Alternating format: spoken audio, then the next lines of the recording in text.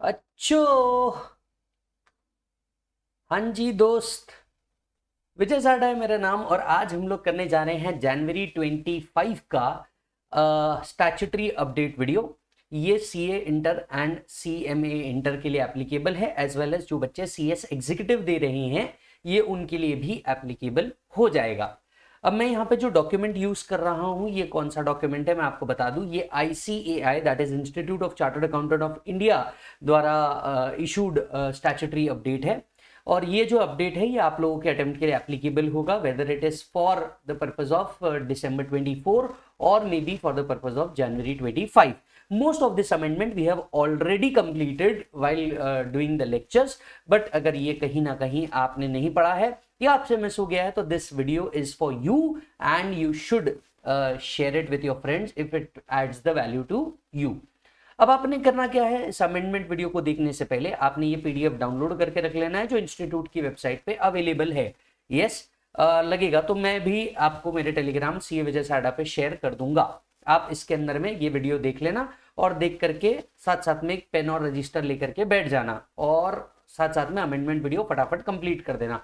जिन जिन बच्चों ने हमारा रेगुलर बैच लिया है या जिन जिन बच्चों ने फास्ट ट्रैक लिया हुआ है, राइट, जो मैंने यूट्यूब के वीडियो पर डाला हुआ है फ्री ऑफ कॉस्ट, अगर आपने ये देखा हुआ है तो almost maximum of the amendments are covered.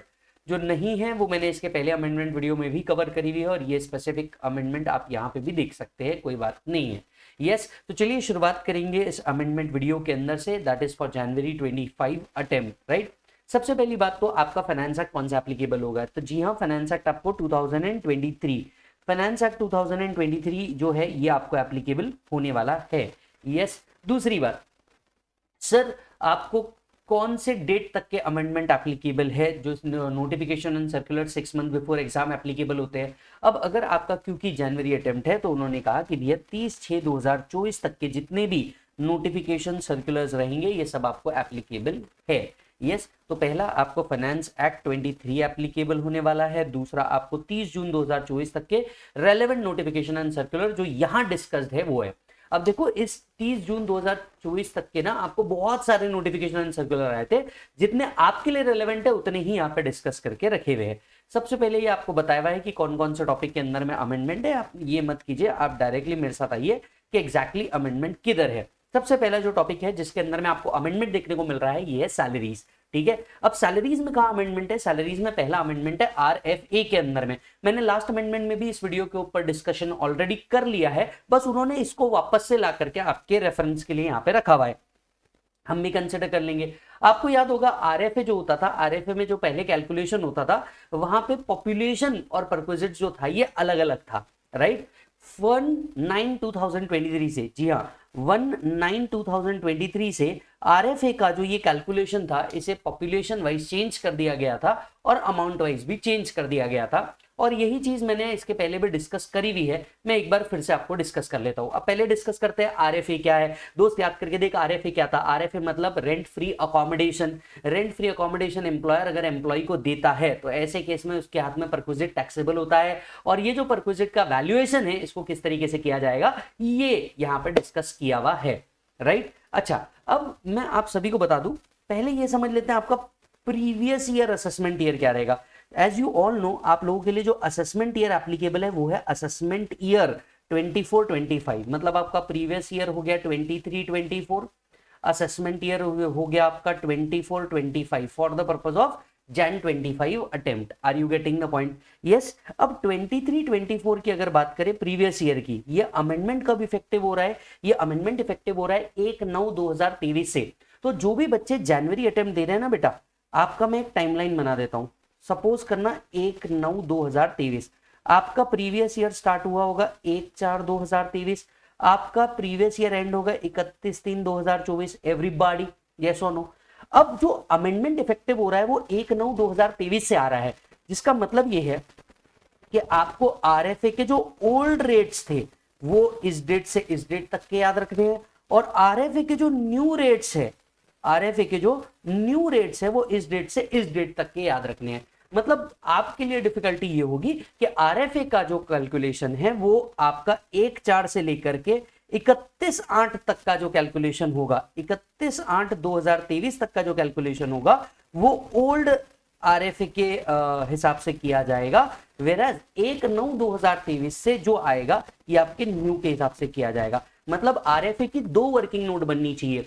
इस बात पे क्लैरिटी लेते हुए, जो एमटीपी आया था आपको लास्ट एमटीपी, इसके अंदर में क्वेश्चन भी रखा गया था जहां पे इंस्टीट्यूट ने सेम काम किया था, वेरिन उनने यहां से लेके 31 अगस्त तक के ओल्ड रेट्स रखे थे और 1/9/2023 से लेके 31 मार्च 2024 तक के उन्होंने न्यू रेट रखे। मतलब there will be 2 calculation for RFA, एक ओल्ड और एक न्यू। मैं सपोज करता हूं कि आप सबने ओल्ड डेफिनेटली पढ़ा है, नहीं तो मैं अभी रिवाइज करवाते वक्त आपको एक और बार बता दूंगा कि किस तरीके से न्यू रेट है।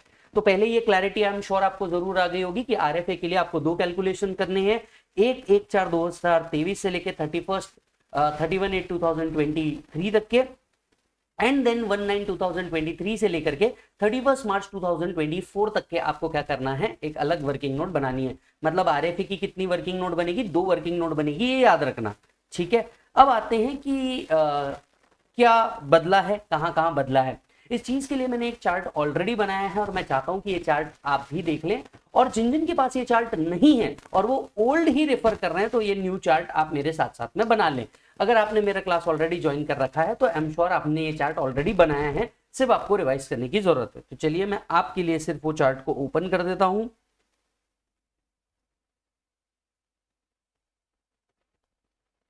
रेंट फ्री अकोमोडेशन, आपको याद होगा तो हम लोगों ने इसे ऑलरेडी इंपॉर्टेंट मार्क भी कर रखा है।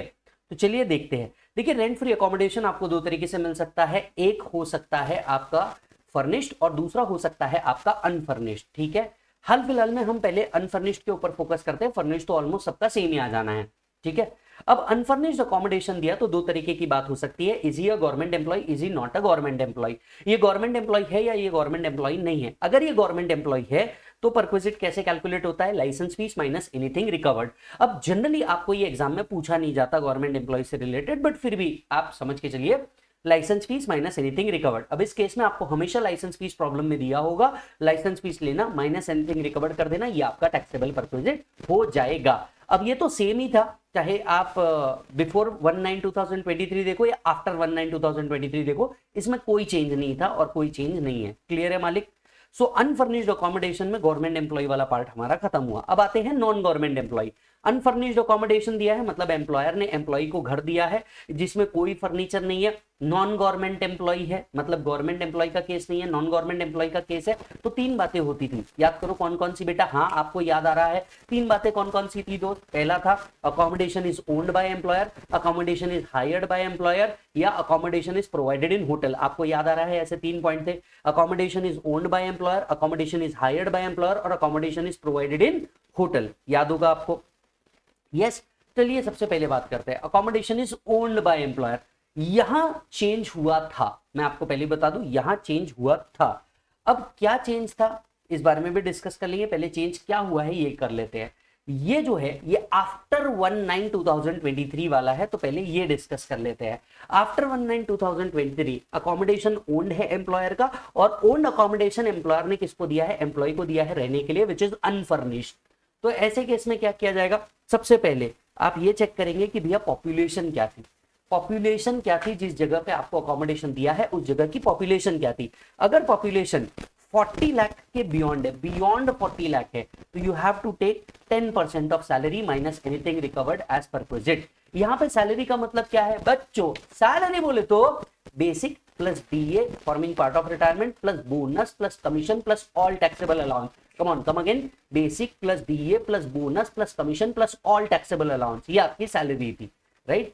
सो अगर अनफर्निश्ड अकोमोडेशन है, नॉन गवर्नमेंट एम्प्लॉय को दिया है, अकोमोडेशन ओन्ड बाय एम्प्लॉयर है, हम सबसे पहले चेक करेंगे पॉपुलेशन। अगर पॉपुलेशन बियॉन्ड 40 लाख रुपीज है तो perquisite is 10% of salary minus anything recovered. Salary का मतलब basic plus DA plus bonus plus commission plus all taxable allowance. अगर पॉपुलेशन 15 to 40 लाख है, अगर पॉपुलेशन 15 to 40 लाख है, it will B 7.5% of salary minus anything recovered. Yes, अब 15 to 40 lakh की population में perquisite reduce होकर के आ जाता है 7.5% of salary minus anything recovered. अगर पॉपुलेशन बिलो 15 लाख है तो you have to take 5% of salary minus anything recovered. You have to take 5% of salary minus anything recovered. Yes, अगर आपने ये नहीं लिखा होगा तो प्लीज एक बार इसका स्क्रीनशॉट ले लीजिए, मे भी आप बाद में लिख सकते हैं। Check it. डन है बेटा। तो आपको करना क्या है, अगर गवर्नमेंट एम्प्लॉय है licence fees minus anything recovered, non government employee है अनफर्निश्ड अकोमोडेशन है, सबसे पहले चेक करो क्या ये ओन्ड है। ओन्ड है तो क्या चेक करना, पॉपुलेशन चेक करना।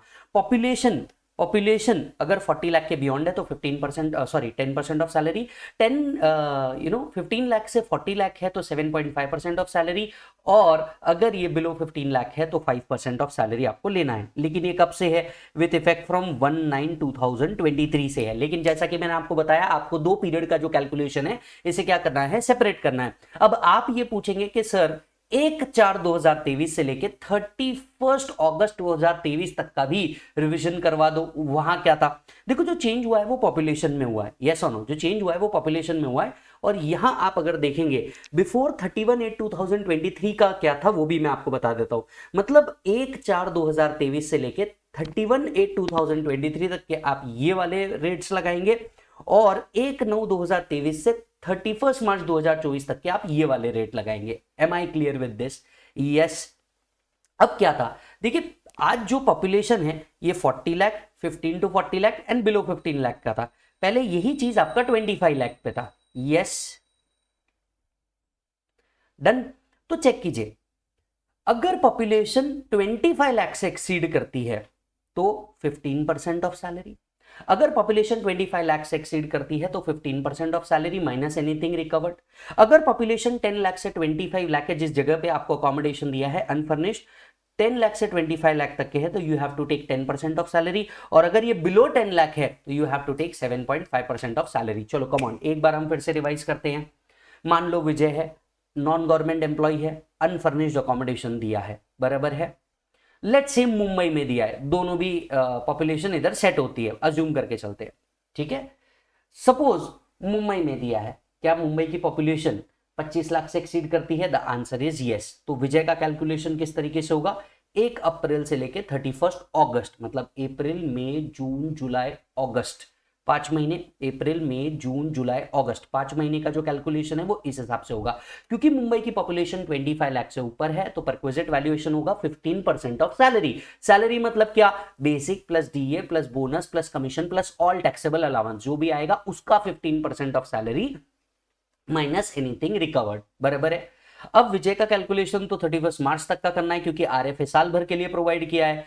तो अब 1/9/2023 से लेकर के 31 मार्च 2024 तक का कैलकुलेशन कैसे होगा। अब मुंबई है, मुंबई की पॉपुलेशन बियॉन्ड 40 लाख है तो I will take instead of earlier 15 I will take 10% of salary. अब यहां पे दिमाग लगाना, सैलरी लगभग अगर प्रॉब्लम में चेंज नहीं हुई है तो you just have to take instead of 15% you have to take 10% for the relevant period. What will be the relevant period, September, October, November, December, January, February, March. Are you getting the point? तो पहले 5 month का जो calculation हुआ वो 15% से हुआ, बाद के 7 मंथ का जो कैलकुलेशन हुआ ये 10% से हुआ। I hope you are understanding this. Are you getting the point? Yes. ठीक उसी तरीके से अज्यूम कर लीजिए मैं रहता हूं कोई दूसरी सिटी में, लेट्स से एक प्लेस लेते हैं महाराष्ट्र का ही भंडारा, जहां की पॉपुलेशन 10 से 25 लाख है, अज्यूम करते हैं, या नागपुर जहां की पॉपुलेशन 10 से 25 लाख है। तो अब विजय नागपुर के अंदर में है, लेट्स अज्यूम पॉपुलेशन जो है ये 20 लाख है। अब ऐसे केस में हम पहले 5 मंथ का जो कैलकुलेशन करेंगे ये 10% ऑफ सैलरी से करेंगे, और इसके बाद राइट, इसके बाद 1 सितंबर से 7 मंथ का जो कैलकुलेशन है वो हम 7.5% ऑफ सैलरी से करेंगे। बस इतनी होप कीजिए कि एग्जामिनर सैलरी ना बदल दे तो आपका जो कैलकुलेशन है वो बहुत ईजी है, सिर्फ परसेंटेज चेंज होने वाला, अदरवाइज कुछ नहीं होने वाला। Are you getting the point? So इतना ही आपको ये करना है। तो ये हुआ पहला change, accommodation is owned by employer. तो अकोमोडेशन अगर ओन्ड बाय एम्प्लॉयर है तो look the population and accordingly apply the rate. दूसरी चीज क्या है, हायर्ड बाय एम्प्लॉयर। ऐसा हो सकता है ना कि अकोमोडेशन एम्प्लॉयर ने ओन नहीं किया, वो हायर करके आपको दे रहा है, मतलब एम्प्लॉयर ने भी किराए पे लिया और अकोमोडेशन आपको रहने के लिए दिया। तो ऐसे केस में क्या चेंज है, जी हाँ यहां पे भी चेंज है, और यहां पे भी पीरियड वाइज कंप्यूटेशन अलग अलग करने पड़ेंगे। यहां पे भी पीरियड वाइज कैलकुलेशन अलग अलग करने पड़ेंगे, पहले 5 महीने का ओल्ड के हिसाब से और बचे हुए 7 महीने का न्यू के हिसाब से। Are you getting the point? Yes. कितना है, आफ्टर 1/9/2023 ये है lower of 10% of salary, actual cost to employer. So actual cost to employer और 10% of salary whichever is lower minus anything recovered will be the perquisite. Actual cost to employer or 10% of salary whichever is lower minus anything recovered from employer will be taxable perquisite. एक बार check कर लीजिए ये भी. 10% of salary और actual cost to employer whichever is lower minus anything recovered. ये after 19 है दोस्त. डन है सर. सो ये तो हुआ 1/9/2023 से, दैट इज 10% ऑफ सैलरी और actual whichever is lower minus anything recovered. What about earlier? तो भैया 31/8/2023 तक का रेट था 15% of salary minus anything recovered. That is 15% of salary और actual whichever is lower minus anything recovered. तो पहले जो 15% पे था अब वो कितने पे आ गया है? 10% पे आ गया है. मतलब परक्विजिट जो है वो रिड्यूस किए गए हैं. चलिए इसे ऐसे समझ लेते हैं. Vijay is a non government employee, company की तरफ से RFA मिलता है अनफर्निश्ड. ठीक है. अब क्या होगा? 1 अप्रैल से लेके 31 अगस्त तक के विजय का जो परक्विजिट कैलकुलेशन होगा वो होगा 15% ऑफ सैलरी और actual whichever is lower minus anything recovered. बराबर है. इसके बाद क्या होगा? 1/9 से लेकर के 31 मार्च 2024 तक के 10% ऑफ सैलरी और actual cost to employer minus anything recovered. I hope you are understanding this. यानी अगेन यहां पे भी 2 सेपरेट कैलकुलेशन बनेंगे. RFA में ही 2 वर्किंग नोट बनेगी. क्लियर है मालिक? चलो अब आते हैं, अगर अकोमोडेशन कहां प्रोवाइड किया है? होटल में प्रोवाइड किया है. यहां कहीं कोई चेंज नहीं है. यहां पहले भी जो था आज भी वही है. अगर होटल अकोमोडेशन 15 डेज तक के प्रोवाइड किया गया है तो nothing is taxable as perquisite. Beyond 15 days अगर किया गया है तो it will be 24% of salary. तो एक बार चेक कीजिए स्क्रीन के ऊपर. Up to 15 days it will be nil and beyond 15 days it will be 24% of salary minus anything recovered. Yes. तो एक बार मैं पूरे चार्ट को सम अप कर रहा हूं, प्लीज ध्यान से देखना. सबसे पहले एम्प्लॉयर ने एम्प्लॉय को अनफर्निश्ड अकोमोडेशन दिया. अब तक हमने फर्निश्ड की बात नहीं की. एम्प्लॉयर ने एम्प्लॉय को अनफर्निश्ड अकोमोडेशन दिया. Government employee, non government employee, ऐसी 2 बातें होंगी. गवर्नमेंट एम्प्लॉय है तो licence fees minus anything recovered, game over. Right. Non government employee है तो 3 बातें होंगी. Accommodation is owned by employer, accommodation is hired by employer, accommodation is provided in hotel. अगर अकोमोडेशन ओन्ड बाय एम्प्लॉयर है तो हम सबसे पहले क्या चेक करेंगे? पॉपुलेशन चेक करेंगे सरकार.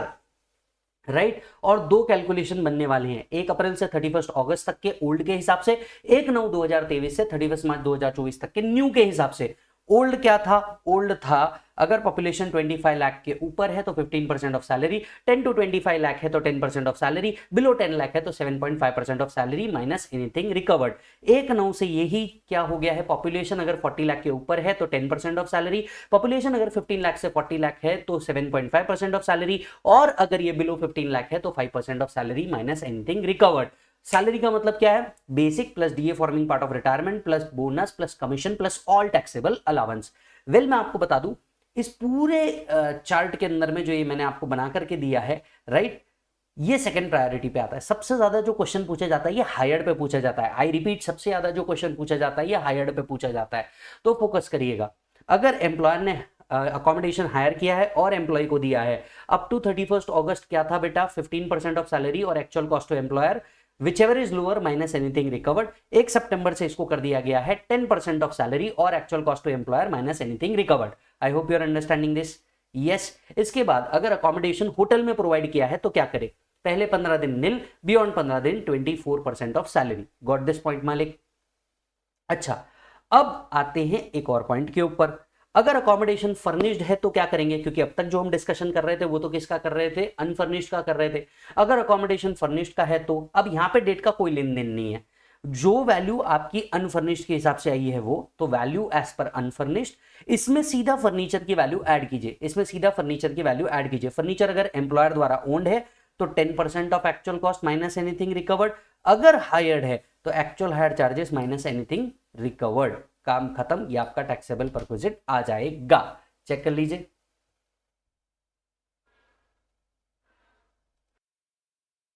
डन दोस्त. So value as per unfurnished plus value of furniture. Furniture अगर ओन्ड है तो 10% ऑफ एक्चुअल कॉस्ट, फर्नीचर अगर हायर्ड है तो actual hire charges minus anything recovered. खत्म परक्विजिट. क्लियर है? अब ये था आपका अमेंडमेंट वाला पार्ट, लेकिन ये अमेंडमेंट अब तक पूरे नहीं हुए हैं। वेट अ मोमेंट, ये अमेंडमेंट अब तक पूरे नहीं हुए। एक बात चेक कर लीजिए, accommodation is provided by government central government और state government, license fees minus anything recovered, that too. ये हम किसकी बात कर रहे हैं? अगर फर्निश्ड की बात कर रहे होंगे, ओन्ड है तो 10% ऑफ एक्चुअल कॉस्ट, अगर हायर्ड है तो actual hire charges as reduced by any amount anything recovered. यही accommodation is provided to employee which is owned. Population अगर 40 लाख के ऊपर है तो 10% ऑफ सैलरी, 15 से 40 लाख है 7.5% ऑफ सैलरी, और अदर्स है तो 5% of salary as reduced by amount actually paid. यहाँ पे जो फर्नीचर वाला पार्ट था वो एज इट इज कंटिन्यू हो रहा है। ठीक है, हम आगे बढ़े।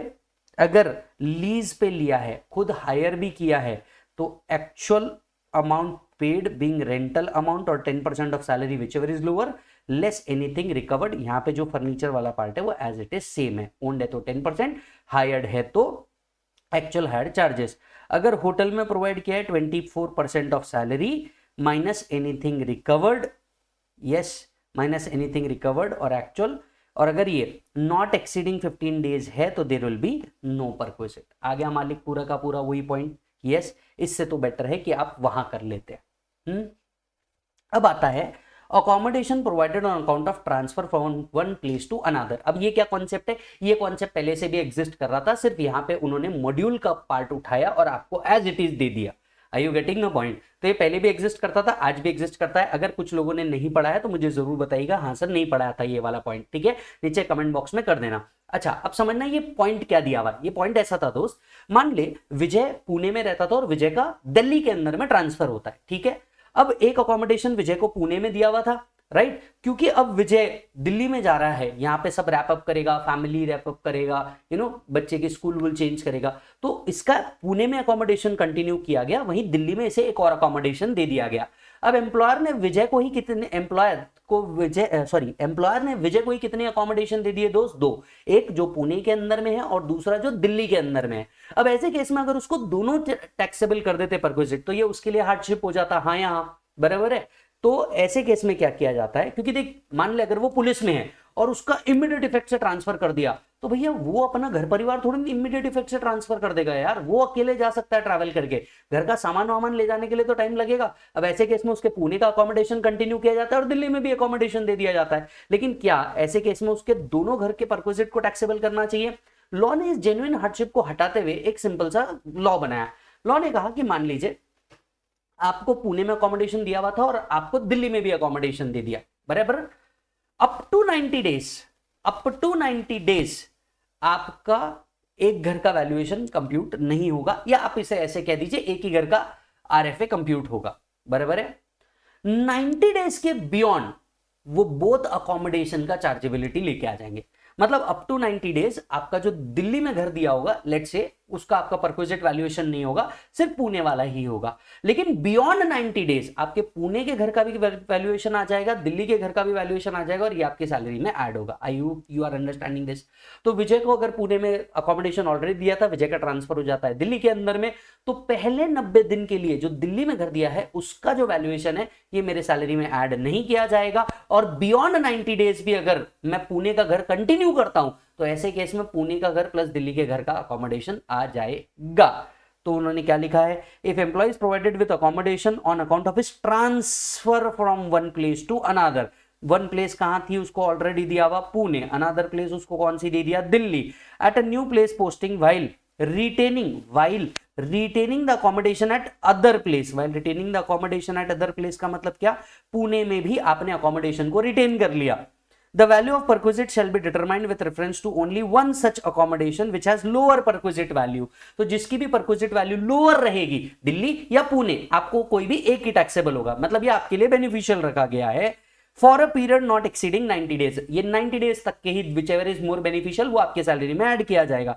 एंड thereafter मतलब 90 दिन के beyond The value of perquisite shall be charged for both of such accommodation।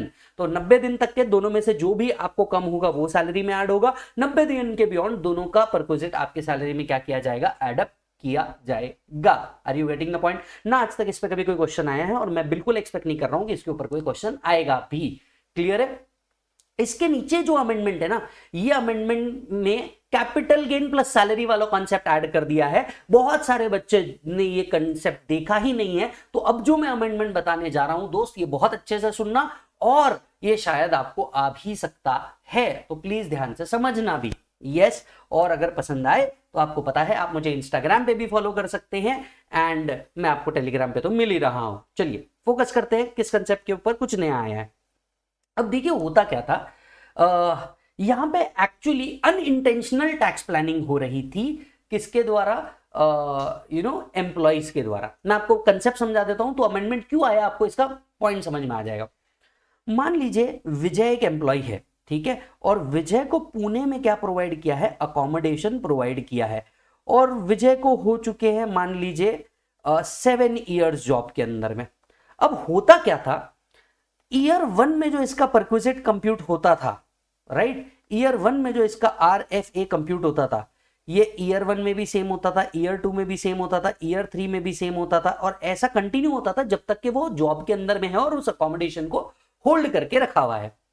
लेकिन सर महंगाई तो हर साल बढ़ रही है, हाउस प्रॉपर्टी का रेट तो हर साल बढ़ रहा है, तो इसका perquisite valuation for the purpose of RFA भी तो चेंज होना चाहिए था, क्योंकि उस जगह का पॉपुलेशन भी बढ़ रहा है, उस एरिया का प्रॉपर्टी का वैल्यू भी चेंज हो रहा है, तो ये भी अकॉर्डिंगली चेंज होना चाहिए था। अब विजय के केस, अब ये अनइंटेंशनल था, मेरी बात समझना, क्योंकि ऐसा कोई लॉ ही एग्जिस्ट नहीं करता था, राइट। अब होता ये था कि विजय 7 साल पहले जो RFA का वैल्यू उसके सैलरी शीट में ऐड किया जाता था, फॉर्म 16 में ऐड किया जाता था, वो कंटिन्यू था 7 साल बाद भी, जबकि 7 साल में उस एरिया का पॉपुलेशन आउटग्रो कर गया होगा, उस प्रॉपर्टी का पॉपुलेशन आउटग्रो कर गया होगा, लेकिन इस बात को कोई ध्यान नहीं देता था और ये अनइंटेंशनल चलता ही रहता था।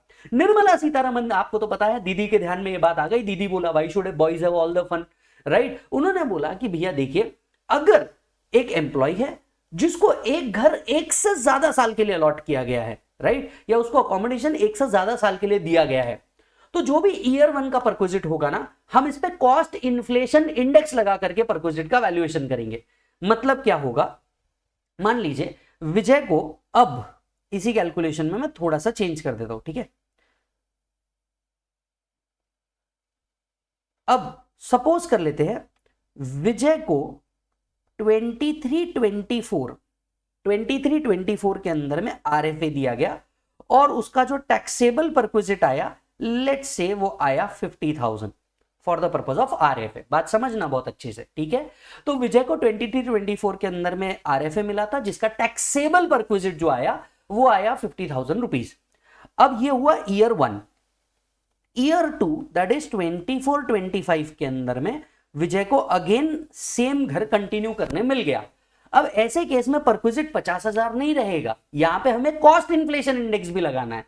यानी अब क्या करना होगा, परक्विजिट वैल्यूएशन कैसे होगा, जो भी आपका ईयर 1 का परक्विजिट आया था, अब ईयर 1 का परक्विजिट मेरा कितना आया था, 50,000 rupees, into CII for the previous year. Previous year क्या है, 24-25, तो 24-25 का CII कितना है, 363। एक बार चेक कर लीजिए कॉस्ट इन्फ्लेशन इंडेक्स, ये कॉस्ट इन्फ्लेशन इंडेक्स वही होगा जो आपका कैपिटल गेन पर्पस के लिए यूज हो रहा था, तो वो कितना होगा 363, तो 363 आ जाएगा, डिवाइडेड बाय इसके पहले ईयर का इंडेक्स 23-24 का index 348। Are you getting the point. तो आपका जो परक्विजिट वैल्यूएशन हो जाएगा वो क्या हो जाएगा, 50,000 इंटू 363 डिवाइडेड बाय 348, ये हो जाएगा 52,155। तो लॉजिकली आपका इस साल का जो RFA है वो 52,155 होना चाहिए, that is for the purpose of previous year 24-25। लेकिन आप लोग जो जनवरी अटेम्प्ट दे रहे हैं, आपका प्रीवियस ईयर क्या है, मैंने सिर्फ कैलकुलेशन के लिए समझाया, आपका प्रीवियस ईयर क्या है, जितने लोग जनवरी 25 दे रहे हैं, आपका प्रीवियस ईयर बन रहा है 23-24, यस और नो। और क्योंकि 23-24 ही फर्स्ट प्रीवियस ईयर है, और previous year in which accommodation is provided to employee whichever is later, तो फर्स्ट प्रीवियस ईयर जिस पे ये लॉ एप्लीकेबल होने वाला है वही है 23-24।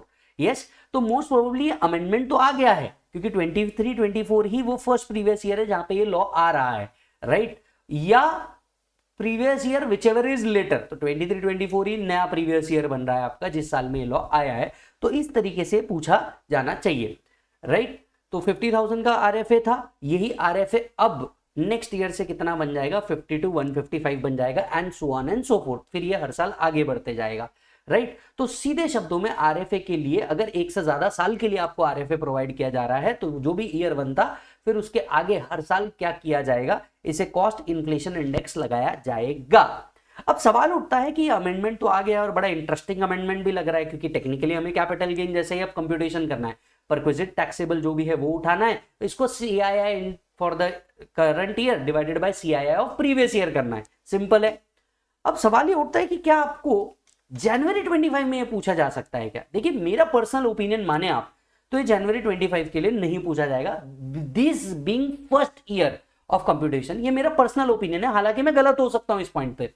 अमेंडमेंट है, मैंने आपको पढ़ा दिया अमेंडमेंट को किस तरीके से कंप्यूट किया जाता है, लेकिन मुझे नहीं लगता कि आपको जनवरी 25 अटेम्प्ट के लिए पूछा जा सकता है। हालांकि अगर आपका मई 25 अटेम्प्ट है तो डेफिनेटली एक चीज पूछी जा सकती है, यस, बट मुझे नहीं लगता जनवरी 25 के लिए पूछना चाहिए। बट अगर आ जाता है तो उस केस में फर्स्ट ईयर बोल करके तो आपका टैक्सेबिलिटी लगभग 50,000 ही रहेगा, मेरे को नहीं लगता टेस्टिंग हो पाएगा। क्लियर है मालिक?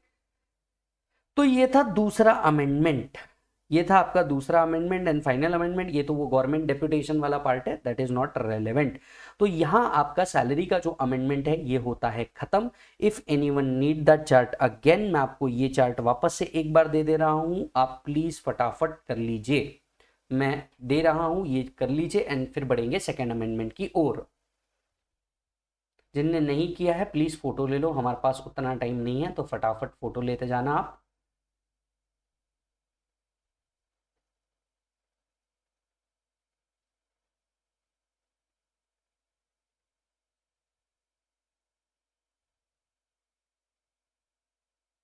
मैंने मेरे डीटी चार्ट्स के अंदर में भी इसे रखा है, तो आप देख सकते हैं।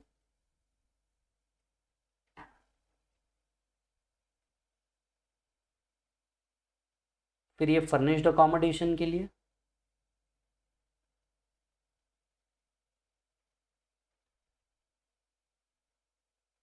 सैलरी का डेफिनेशन,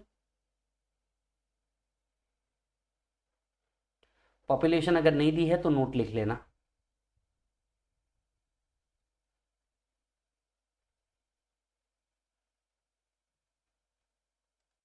डन है दोस्त? चलो अब नेक्स्ट अमेंडमेंट पे चलते हैं बेटा। नेक्स्ट अमेंडमेंट जो हमारा आ रहा है वो पीजीबीपी चैप्टर से आ रहा है। और क्या ये अमेंडमेंट इतना रेलेवेंट है? द आंसर इज बिल्कुल भी नहीं, बट क्योंकि दिया है हमें पढ़ना है। और ये क्या है? नोटिफिकेशन है, नोटिफिकेशन नंबर 54 2023 ये नोटिफिकेशन है। अब ये नोटिफिकेशन क्या कहता है मैं आपको 2 मिनट में संक्षिप्त में समझा देता हूं, आपको इतना पढ़ने की जरूरत ही नहीं है। एक सेक्शन है पीजीबीपी में, section 35D, that is preliminary expenditure. Preliminary expenditure जिसका बेनिफिट सिर्फ रेसिडेंट असेसी को मिलता है, नॉन रेसिडेंट को में नहीं मिलता। क्या बेनिफिट मिलता है?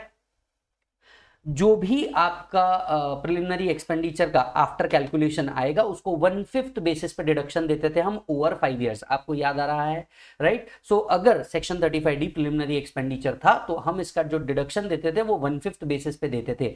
लेकिन जब भी आपको ये डिडक्शन लेना होता था तो आपको क्या करना होता था सर? आपको एक स्टेटमेंट फर्निश करना होता था जिसमें सारी डिटेल्स आप देते थे, एक्चुअल खर्चा कितना हुआ है। तो assessee has to furnish a statement containing the particulars. अगर इस सेक्शन का 1/5 बेसिस पर डिडक्शन लेना था तो आपको क्या करना पड़ता था? एक स्टेटमेंट फर्निश्ड करना पड़ता था as per section 35D sub section 2। और ये स्टेटमेंट आपको फर्निश करना पड़ता था रिगार्डिंग फिजिबिलिटी रिपोर्ट पे कितना खर्चा हुआ है, प्रोजेक्ट रिपोर्ट पे कितना खर्चा हुआ है, मार्केट सर्वे पे कितना खर्चा हुआ है। इन शॉर्ट आपका जो एक्चुअल एक्सपेंडिचर था इसका आपको एक रिपोर्ट सबमिट करनी पड़ती थी। अब लॉ में ये क्लैरिटी नहीं थी कि ये रिपोर्ट आपको कब तक सबमिट करनी होती थी, तो लोग क्या करते थे? इसे रिटर्न के साथ ही सबमिट करते थे, यस और नो। हालांकि आप नए आईटीआर देखेंगे तो उसके साथ कोई सबमिशन की जरूरत नहीं, पर लॉ हमेशा से ये कहता था कि आपको इसे सबमिट करना है, लेकिन कोई फिक्स डेट नहीं बताता था इसे कब तक सबमिट करना है।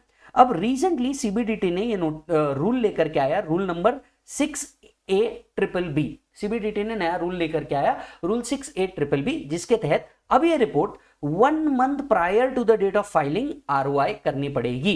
मतलब आपका अगर रिटर्न लेट से जुलाई में है तो आपको 1 मंथ प्रायर आपको ये रिपोर्ट सबमिट करनी पड़ेगी। आपका अगर रिटर्न अक्टूबर में है तो 1 month prior to the date of filing return आपको ये रिपोर्ट सबमिट करनी पड़ेगी। यस तो जैसे भी जब भी आपका रिटर्न है फाइलिंग उसके 1 महीने पहले ही अब आपको 35D का ये जो स्टेटमेंट है ये सबमिट करना पड़ेगा। तो कुल मिला के सम बचा क्या बात है, सीधे शब्दों में कहना चाहूं तो अगर आप 35D का डिडक्शन क्लेम कर रहे हैं, डिडक्शन तभी मिलेगा जब एटलीस्ट आपने report 1 month prior to the date of filing submit कर दी है। ये अगर नहीं करते हैं आप तो 35D का डिडक्शन मिलने वाला नहीं है for that particular year. Hope you are getting this, एक बार चेक कर लीजिए। बाकी इसमें कुछ नहीं लिखा, छोटा सा अमेंडमेंट था और मेरे हिसाब से आपको पूछने भी नहीं वाला। यस चेक करिए। चलो नेक्स्ट अमेंडमेंट पे आते हैं। अब देखो इसके बाद IFOS के अमेंडमेंट है वो थोड़ा सा लेंदी है, इसी के लिए मैं पहले क्या कर रहा हूँ TDS TCS वाले अमेंडमेंट ले रहा हूँ।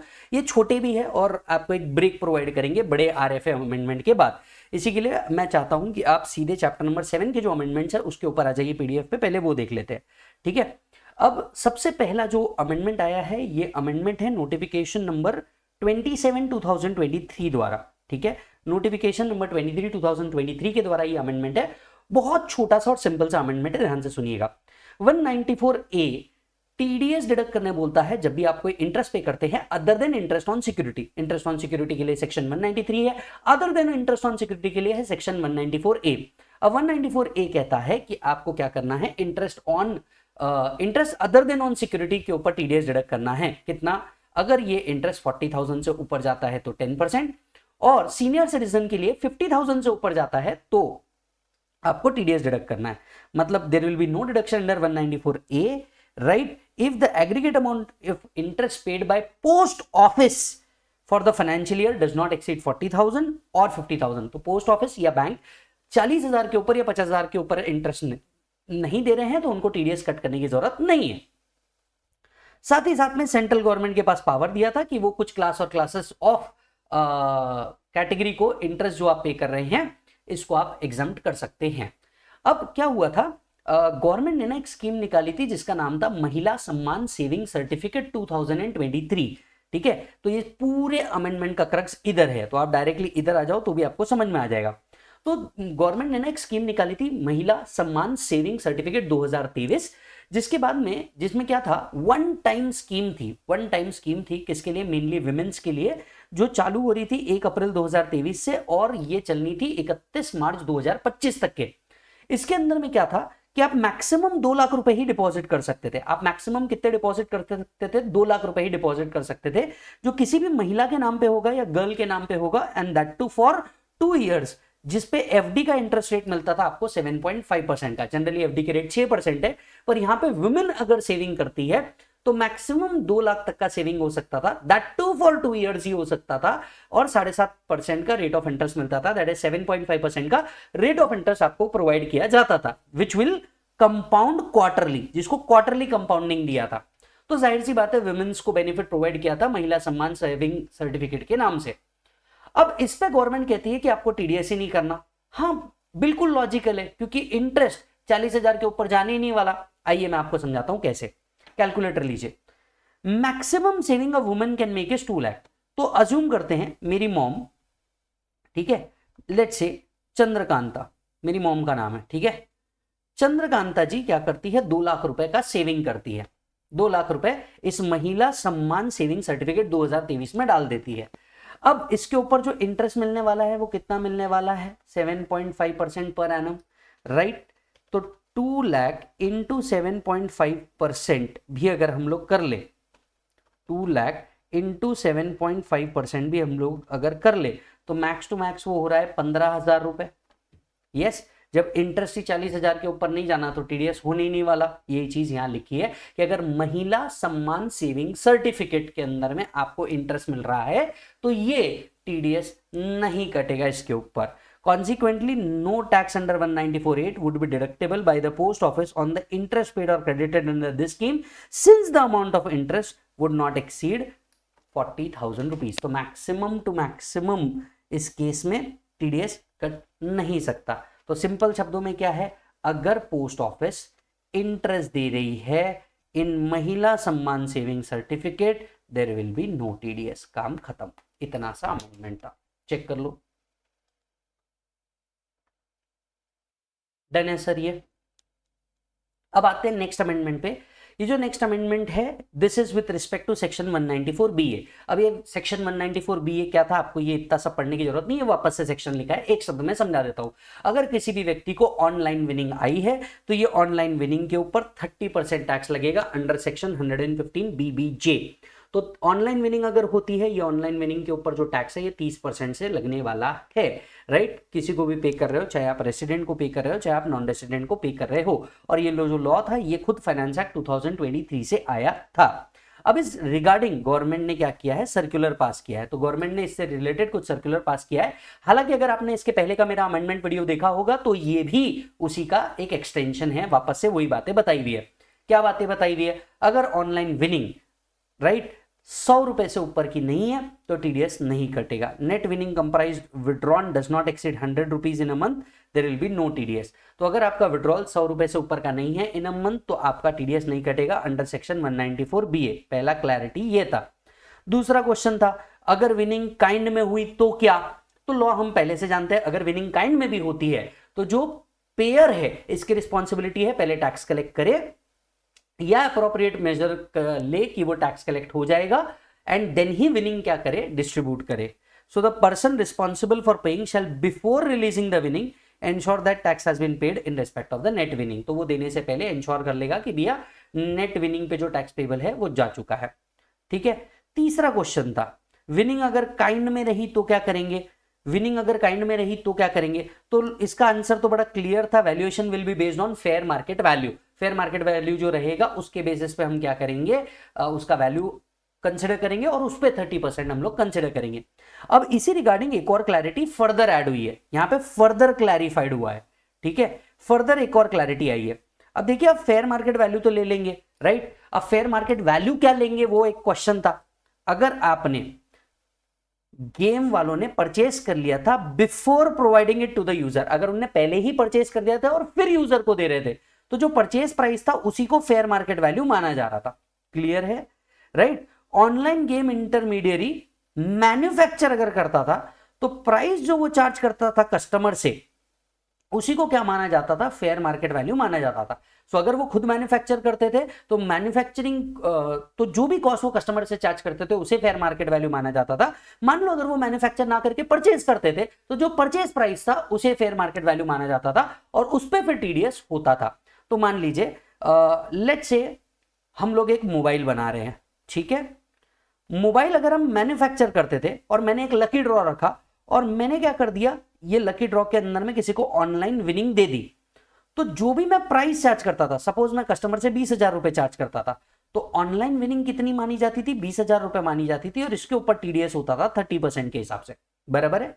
यही अगर मैंने परचेस किया था, मतलब हम मोबाइल मैन्युफैक्चर नहीं करते थे, हम क्या करते थे, एकत्वम अकेडमी था, एकत्वम अकेडमी क्या करता था, कोई भी बच्चा जिसने रैंक लेके आया उसको क्या करेगा, एक कंपटीशन रखेगा, कंपटीशन रख करके जिसने भी रैंक लेकर के आया, ये रैंक पर्टिकुलरली अगर आपने अचीव कर लिया तो हम आपको क्या दे देंगे, प्राइज मनी प्रोवाइड कर देंगे। अब ये 20,000 रुपए का था तो जो परचेज प्राइस था इसे टीडीएस पर्पस के लिए वैल्यू कंसिडर किया जाता था। अब यहां पे एक दिक्कत कहां थी जरा समझिए, आप मैन्युफैक्चर कीजिए या परचेज कीजिए दोनों के केस में लगता था जीएसटी भी। तो जब हम ये 20,000 का वैल्यू कंसिडर करते थे, ये इंक्लूसिव ऑफ जीएसटी रखना है या एक्सक्लूसिव ऑफ जीएसटी रखना है, इस बारे पे क्लैरिटी नहीं थी। लॉ ने फर्दर क्लैरिफाई किया कि GST will not be included for the purpose of valuation. जब आप वैल्यूएशन करते रहेंगे, अगर इस 20,000 के प्राइस में जीएसटी है तो you have to consider the value excluding GST. Yes और नो, आप मैन्युफैक्चर कर रहे हैं, you have to consider the value. अगर आप प्राइस चार्ज कर रहे हैं कस्टमर से 20,000, this is inclusive of GST of 1,000, तो फिर आप 19,000 पे जीएसटी कंसिडर करेंगे। तो जब हम ये 20,000 का वैल्यू लेते रहेंगे as far as manufacturing is concern या परचेज इज कंसर्न, तो जो भी जीएसटी है उसको हटा देना होगा और बैलेंस अमाउंट पे ही आपको क्या करना होगा, टीडीएस कंप्यूट करना होगा। तो ये फर्दर क्लैरिफिकेशन है जो वो लोग लेकर के आए हैं, चेक कर लीजिए एक बार।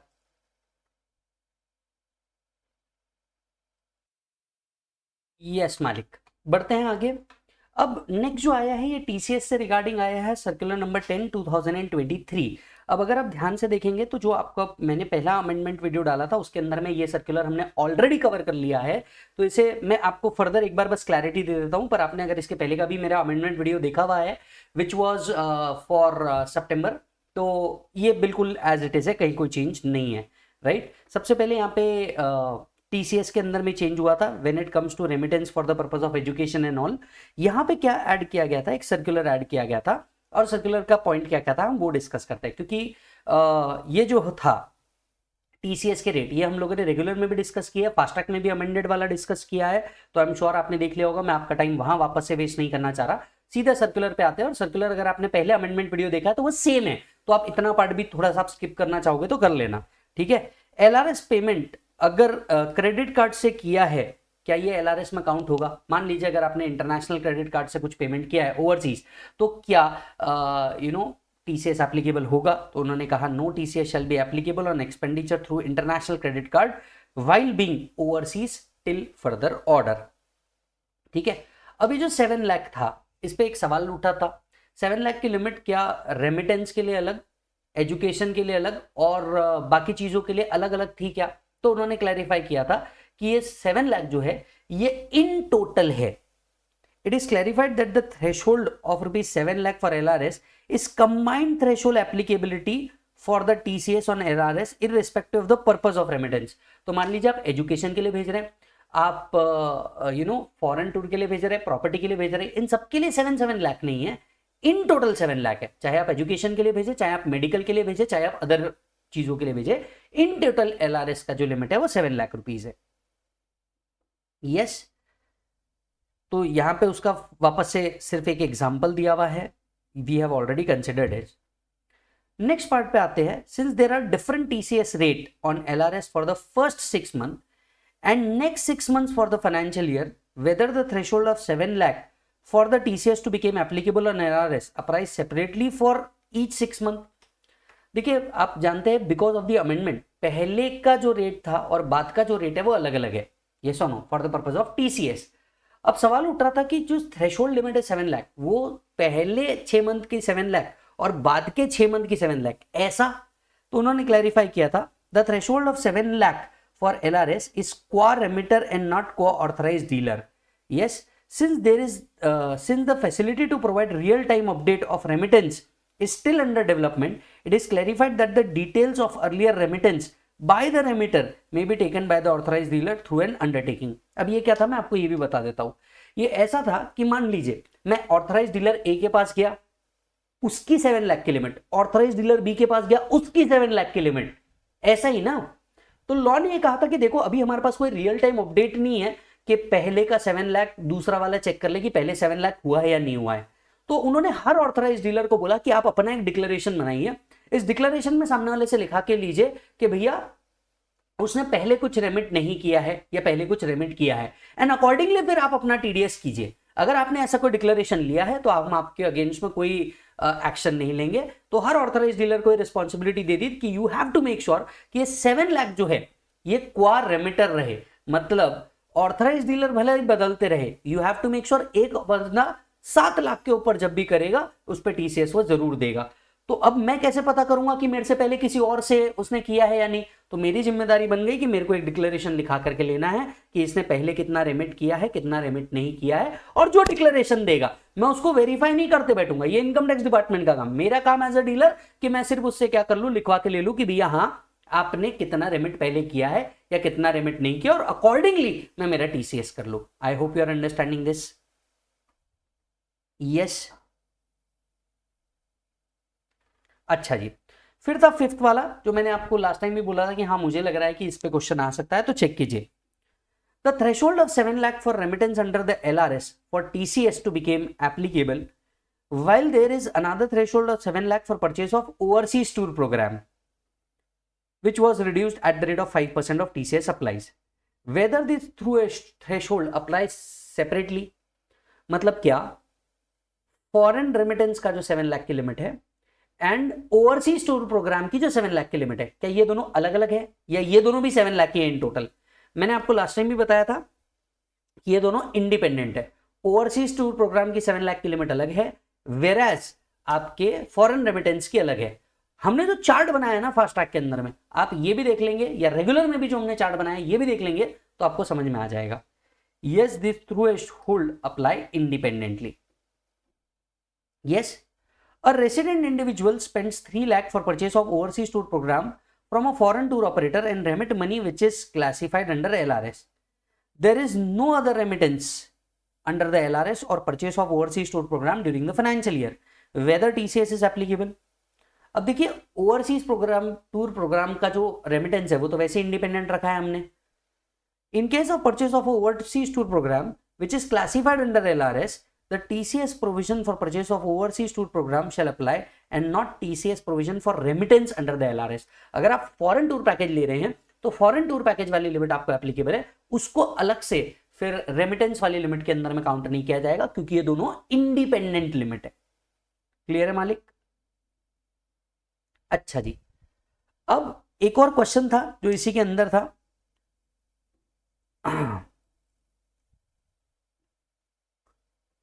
There are different rates for remittance under the LRS for medical treatment, education purpose and other purpose.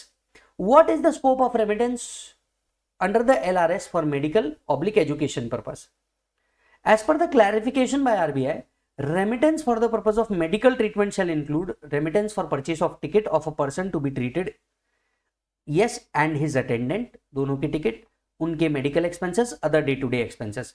Education के लिए परचेस ऑफ टिकट, राइट, जो स्टडी करने जा रहा है उसका, tuition fees and other fees जो एजुकेशन पर्पस के लिए, और डे टू डे एक्सपेंसेस, ये काउंट किए जाएंगे. तो एलआरएस का मतलब सिर्फ यही नहीं कि आप जो टिकट परचेस कर रहे हैं उसका ही कॉस्ट होगा. एलआरएस जो आप 7 लाख की लिमिट काउंट करते रहेंगे उसमें परचेस कॉस्ट भी इंक्लूड होगा, मेडिकल एक्सपेंसेस भी इंक्लूड होगा, डे टू डे एक्सपेंसेस भी इंक्लूड होंगे. ये तीनों मिला के 7 लाख की लिमिट है. ठीक उसी तरीके से आप एजुकेशन के लिए जा रहे हैं तो टिकट का कॉस्ट, ट्यूशन फीस और other day to day expenses मिला के 7 लाख है. आप ऐसा नहीं कर सकते कि सिर्फ एजुकेशन का 7 लाख अलग, टिकट का अलग और डे टू डे एक्सपेंसेस का अलग. ये तीनों मिला के 7 लाख है. I hope you are understanding this. Check कर लीजिए एक बार.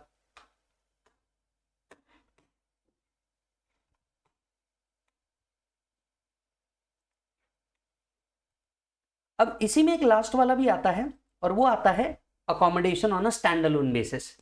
मान लीजिए मैंने किसी से टूर पैकेज नहीं लिया, ठीक है, अज्यूम कर लो मेरे को थाईलैंड जाना था, तो मैंने क्या किया, मेक माई ट्रिप पे गया, मेक माई ट्रिप पे जाकर के मैंने सिर्फ फ्लाइट बुकिंग कर ली. क्या मैं इसे एक ओवरसीज टूर पैकेज पर बोलूंगा? क्योंकि ये तो सिर्फ एक इंटरनेशनल ट्रैवल टिकट है. तो मैं ओवरसीज टूर पैकेज जब कहता हूं मतलब एग्जैक्टली उसमें क्या क्या आना चाहिए, राइट? तो मैं सिर्फ मेक माई ट्रिप पे गया, मैंने फ्लाइट टिकट बुक कर ली, is it an overseas tour package? या मैं वीना वर्ल्ड के पास गया, वीना वर्ल्ड के पास जाकर के बोला मैंने कि यार एक काम करो, मेरे को एक ट्रैवल टिकट बना के दो, प्लस वहां का अकोमोडेशन भी बना करके दो, प्लस जो वहां पे 2-3 एक्सकर्शन है, अच्छी चीजें देखने लायक है थाईलैंड में मेडिटेशन वाली, आप मेरे को वो भी करके दो. इसे हम टूर पैकेज कहेंगे. किसे कहेंगे? तो पॉइंट नंबर 1, जो मैं मेक माई ट्रिप पे स्टैंड अलोन टिकट्स ले रहा हूं, मतलब मैंने होटल कुछ और ले लिया, मैंने ट्रैवल का कहीं और ले लिया, और ये सब एक पैकेज में नहीं ले रहा, मैं अलग अलग ले रहा हूं, इसे हम कभी भी ओवरसीज टूर पैकेज नहीं कहेंगे. ओवरसीज टूर पैकेज का मतलब है इसमें से एटलीस्ट 2 चीजें आप उसमें से बुक कर रहे हो, एटलीस्ट 2 चीजें उसमें से बुक कर रहे हो. ट्रैवल टिकट होना चाहिए, होटल अकोमोडेशन होना चाहिए, या अदर सिमिलर नेचर के जो एक्सकर्शन की कॉस्ट है वो उसमें कवर होनी चाहिए. तो मैं मेक माई ट्रिप पे जाकर के सिर्फ फ्लाइट टिकट बुक कर रहा हूं, सिर्फ होटल बुक कर रहा हूं, ये मैं ओवरसीज टूर पैकेज नहीं कहता. मैं ओवरसीज टूर पैकेज तब कहता हूं जब उसमें एटलीस्ट 2 चीजें हों, ट्रैवल टिकट या होटल अकोमोडेशन. अगर दोनों हो रहा है let's say make my trip से एक ही टाइम पे, तब उसके ऊपर टीसीएस आएगा, अदरवाइज उस पर टीसीएस नहीं आएगा. मैंने लेट्स से होटल कभी और बुक करी, फ्लाइट कभी और बुक करी, देन मेक माई ट्रिप मेरे से टीसीएस नहीं लेगा. मैं वीना वर्ल्ड के पास गया, उन्होंने तीनों का मेरे को पैकेज दे दिया, लेट्स से 50,000 में आप थाईलैंड घूम के आ जाओ सर, तो ऐसे केस में वो 50,000 पे विद टीडीएस मेरे को प्रोवाइड करेंगे. आपको याद होगा तो ये सर्कुलर एट लेंथ हमने पहले भी डिस्कस किया हुआ है. And that's it. आते हैं नेक्स्ट सर्कुलर के ऊपर, चेक कीजिए. यस, अब क्या कहता है यार दोस्त ये अमेंडमेंट? ये अमेंडमेंट जो है ये नोटिफिकेशन नंबर 45 2024 के लिए आया है, और ये जो अमेंडमेंट आया है ये सिर्फ आरबीआई के लिए आया है, पहले समझिएगा. आपको याद होगा एक 2 सेक्शन है, सेक्शन 206AB टीडीएस का और 206CCA टीसीएस का. ये कहते हैं अगर कोई स्पेसिफाइड पर्सन जिसने रिटर्न नहीं भरा है लास्ट ईयर का, और टीडीएस टीसीएस उसके केस में 50,000 से ऊपर है, तो उसने रिटर्न नहीं भरा है लास्ट ईयर का, और करंट ईयर में लास्ट ईयर में उसका टीडीएस टीसीएस डिडक्टेबल 50,000 से ऊपर था, तो करंट ईयर में जो टीडीएस डिडक्ट होगा वो हायर रेट पे होगा, twice the rate in act, twice the rate in force और 20%. याद आ रहा है आपको? Twice the rate in act, twice the rate in force और 20%, इस पे आपको टीडीएस करना होगा. अब यहां पे ही ये सेक्शन लिखते वक्त एक वर्ड लिखा था, हालांकि टीडीएस करने की जरूरत नहीं पड़ेगी इस सेक्शन में अगर कोई पर्सन को स्पेसिफिकली एक्सक्लूड किया गया है तो सीबीडीटी ने एक नोटिफिकेशन निकाला, नोटिफिकेशन नंबर 45 एंड 46, जिसमें उन्होंने कहा RBI as a person not to include in the definition of specified person. So RBI ने अगर ये नॉन कंप्लायंस किया भी है, जैसे उसने रिटर्न नहीं भरा और उस केस में उनका टीडीएस 50,000 से ऊपर भी हुआ है, तो ऐसे केस में जो टीडीएस होगा while making payment to RBI इस पे TDS डिडक्ट नहीं होगा। मतलब the provision of 206 AB and the provision of 206 CCA are not applicable while making payment to RBI, while making a payment to RBI। यहां पे हमारा TDS TCS advance tax से related amendment भी क्या होता है, खत्म होता है। Are you getting the point? ये भी एक बार चेक कर लीजिए, बढ़ेंगे आगे। ये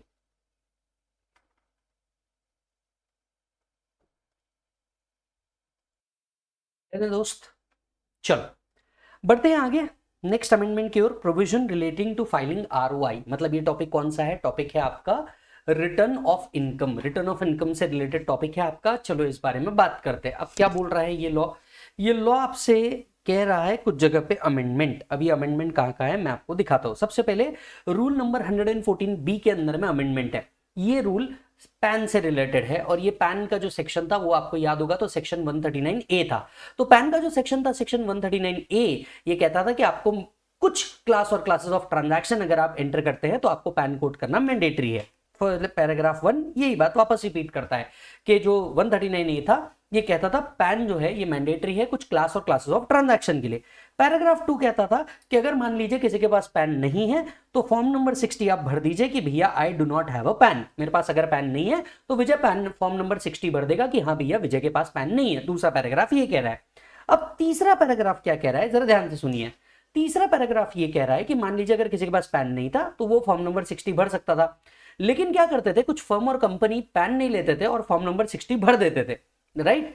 अब 1/10/2023 से रूल 114B को अमेंड कर दिया गया है और कहा कि ये जो फॉर्म नंबर 60 भरते हैं ना कि भैया मेरे पास पैन नहीं है, कंपनी और फर्म ये फॉर्म नहीं भर पाएंगे। ऐसा क्यों? क्योंकि फर्म और कंपनी के लिए पैन लेना मैंडेटरी है, तो कंपनी के पास ये ऑप्शन ही नहीं होना चाहिए कि भैया हम पैन नहीं लेंगे या हमारे पास पैन है ही नहीं। ये तो गलत ऑप्शन हो गया, यस और नो। तो उन्होंने 1/10/2023 से अमेंडमेंट किया, कहा कि भैया बाकी कोई भी व्यक्ति ये भर सकता है कि हाँ भैया मेरे को पैन नहीं है या मेरे पास पैन नहीं है, मेरे को पैन की रिक्वायरमेंट नहीं है, लेकिन कंपनी और फर्म ऐसा कोई फॉर्म नहीं भर पाएंगे। तो 1/10/2023 के बाद firm and company can not file form number 60। ये पहला अमेंडमेंट हुआ।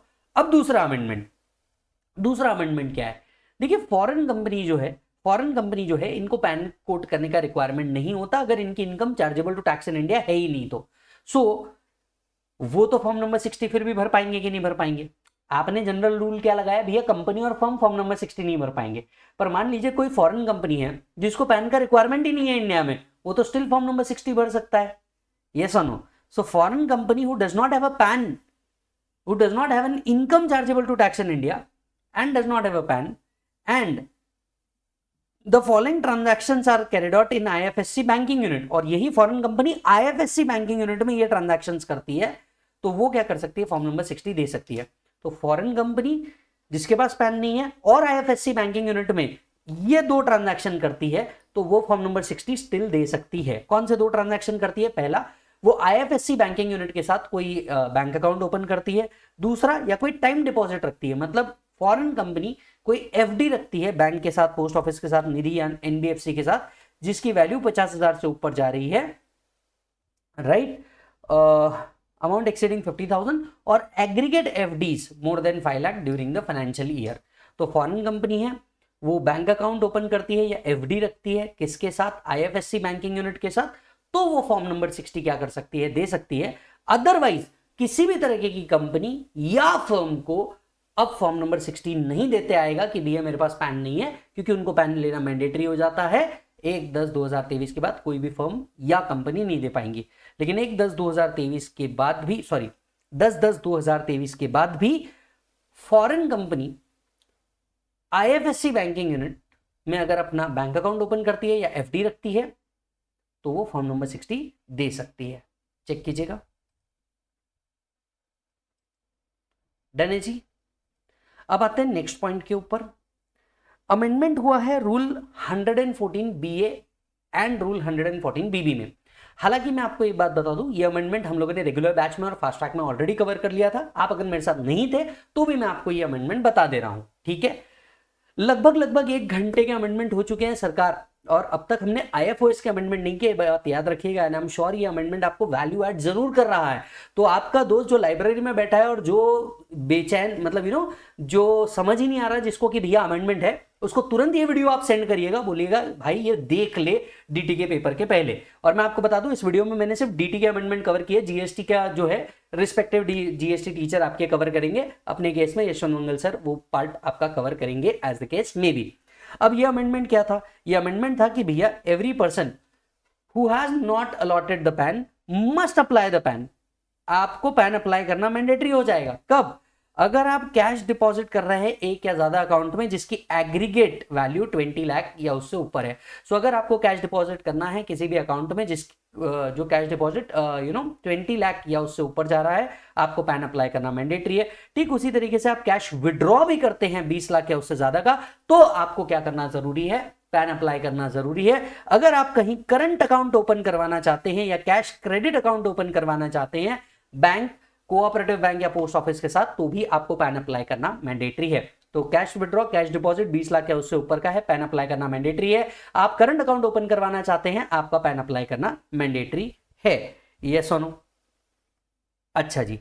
अब यहां पे 10/10/2023 से कुछ चेंज किए गए हैं, रूल को अमेंड किया गया है। अब क्या किया गया है मैं आपको बता देता हूं।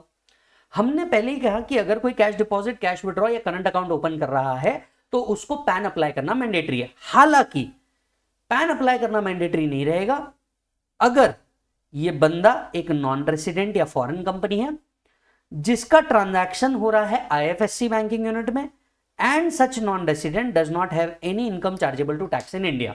तो जनरल रूल क्या था? जनरल रूल था कि अगर आप cash deposit, cash withdraw 20 lakh या उससे ज्यादा का कर रहे हैं या आप करंट अकाउंट ओपन कर रहे हैं तो आपको पैन अप्लाई करना मैंडेटरी है। इस रूल में अमेंडमेंट आया है। अमेंडमेंट क्या है? अगर आप नॉन रेसिडेंट है, आप IFSC बैंकिंग यूनिट में ऑपरेट कर रहे हैं एंड आपकी कोई भी income chargeable to tax in India नहीं है, तो आपको पैन अप्लाई करने की जरूरत नहीं है। तो फिर आपको पैन अप्लाई करने की जरूरत नहीं है। अमेंडमेंट समझ में आया सभी को? नेक्स्ट आया है सर्कुलर नंबर 3 2024। अब ये किस बारे में है? चलिए चेक कीजिए। जनरली ये सर्कुलर जो था ये consequences of pan becoming inoperative से रिलेटेड था। मैं आपको याद दिला देता हूं। अगर आपने पैन और आधार को लिंक नहीं किया और ऐसे केस में आपका जो पैन है ये क्या हो गया? इनऑपरेटिव हो गया। आपका जो पैन है ये क्या हो गया सर? इनऑपरेटिव हो गया। तो ऐसे केस में क्या क्या होता है? अगर आपका पैन इनऑपरेटिव हो जाता है तो सिचुएशन नंबर 1, आपको इनकम टैक्स का रिफंड नहीं मिलेगा। दूसरा, इनकम टैक्स रिफंड के ऊपर कोई इंटरेस्ट आता है तो वो इंटरेस्ट आपको नहीं मिलेगा। तीसरा, आपका जो TDS TCS डिडक्ट होगा वो हायर रेट से डिडक्ट होगा। सो अगर आपका पैन आधार लिंक ना होने के कारण आपका जो पैन है ये इनऑपरेटिव हो जाता है दोस्त, तो ऐसे केस में 3 कॉन्सिक्वेंसेस थे। आपका टैक्स रिफंड नहीं आएगा, टैक्स रिफंड पे कोई इंटरेस्ट आने वाला होगा वो भी नहीं आएगा। तीसरा, जो TDS TCS होगा वो हायर रेट से डिडक्ट होगा। Everybody yes? अब ऐसे केस में इन्होंने क्या किया है मैं आपको बता दूं, राइट। द कॉन्सिक्वेंसेस मेंशन वो इफेक्टिव होने वाले थे 1/7/2023 से। तो 1/7/2023 से ये कॉन्सिक्वेंसेस जो थे ये इफेक्टिव होने वाले थे। अब बहुत सारे लोगों का ग्रीवियंस आने लग गया कि हमारा TDS जो रेट था वो गलत हुआ है, ये हुआ है, वो हुआ है। बहुत सारे लोग जाकर के चिल्ला चोट करने लग गए। अब इसके बाद क्या किया? जो सर्कुलर था कि भैया ये जो कॉन्सिक्वेंसेस है 1/7/2023 से अप्लाई करने वाले हैं, इसकी जो इफेक्टिव डेट थी उसको चेंज कर दिया गया। जो पहले 1/7/2023 से अप्लाई करने वाला था, इसकी डेट को एंटर करके इन्होंने कर दिया 31 मार्च 2024। और आधार पैन लिंक की क्योंकि डेट उनने एक्सटेंड कर दी 31 मार्च 2024, तो इसके जो कॉन्सिक्वेंसेस की भी डेट थी उसको 31/5/2024 पे एक्सटेंड कर दिया गया है। तो जो कॉन्सिक्वेंसेस अप्लाई होने वाले थे पहले 1/7/2023 से, अब आधार पैन लिंकिंग की डेट के बाद ये इफेक्टिव डेट बन जाएगी 31/5/2024। To address the grievances, CBDT has partially modified the circular. Accordingly, CBDT had wide circular specified that for transaction entered into up to 31st March 2024 and in case where Aadhaar and PAN becomes operative due to the linkage on or before 31st March 2024, the deductor shall not be liable to deduct tax at higher rate under section 206AA or 206CC. Clear है मालिक? तो जो effective date थी इसके consequences, higher TDS consequences apply करने की, ये effective date उन्होंने आगे सरका दी है। पर क्या आपको ये पूछा जा सकता है? मुझे लगता है ये सर्कुलर आपको एग्जाम में नहीं पूछा जा सकता। ये मेरा पर्सनल ओपिनियन है, क्योंकि इसका इफेक्टिव डेट ही नेक्स्ट ईयर में शिफ्ट हो चुका है लगभग, तो शायद ही आपको पूछे। But you never know, institute बिल्कुल पूछ भी सकता है, नहीं भी पूछ सकता है। यस और नो? तो यहां पे हमारा अमेंडमेंट खत्म होता है, बाकी सारे अमेंडमेंट खत्म होते हैं एक्सेप्ट जो अदर सोर्सेस का था उससे रिलेटेड। मैं चाहूंगा यहां पे आप एक ब्रेक ले लें और ब्रेक के बाद आप क्या करें, IFOS के इस अमेंडमेंट को पढ़िएगा। मैं जानबूझ के आपको ब्रेक देना चाहता हूं, क्योंकि क्या होता है अमेंडमेंट करते वक्त ये मोनोटोनस हो जाता है। इसी के लिए मेरे हिसाब से आप आगे का जो वीडियो है तभी देखिएगा जब आप एक अमेंडमेंट ले लें। यस, तो एक अमेंडमेंट के बाद एक ब्रेक के बाद आप आगे के अमेंडमेंट्स को कंटिन्यू कीजिएगा। Yes sir, welcome after the break. और आई एम श्योर आप लोगों ने ब्रेक ले लिया होगा, और ब्रेक के बाद हम लोग चालू करने जा रहे हैं last part of the amendment. अब आ जाइए इनकम फ्रॉम अदर सोर्सेज के ऊपर। अब इनकम फ्रॉम अदर सोर्सेज में ये LIC वाला अमेंडमेंट है, और आप लोगों को मैंने रेगुलर प्लस फास्ट ट्रैक दोनों में इसे करा दिया है, बट जस्ट इन केस किसी ने नहीं किया होगा तो प्लीज आप इस पे ध्यान दे दीजिए। आई एम श्योर ये भी कंप्लीट हो जाएगा।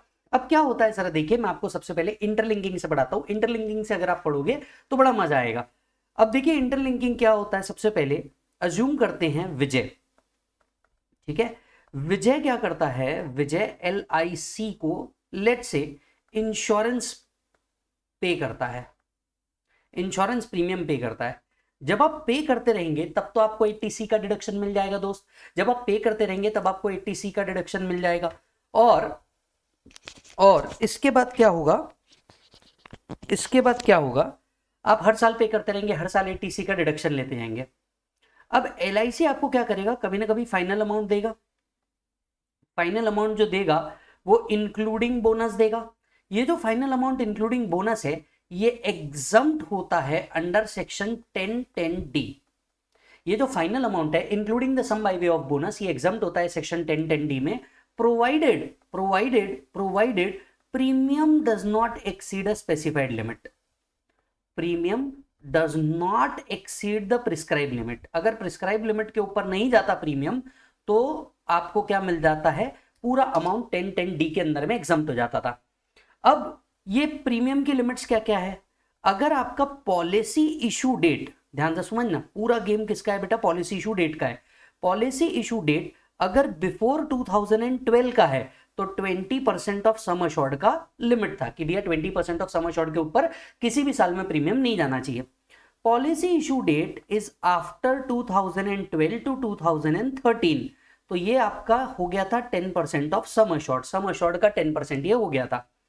इसके बाद में अगर ये आफ्टर 2013 होता था तो उसके लिए होता था 10% of sum assured and 15% of sum assured for handicap,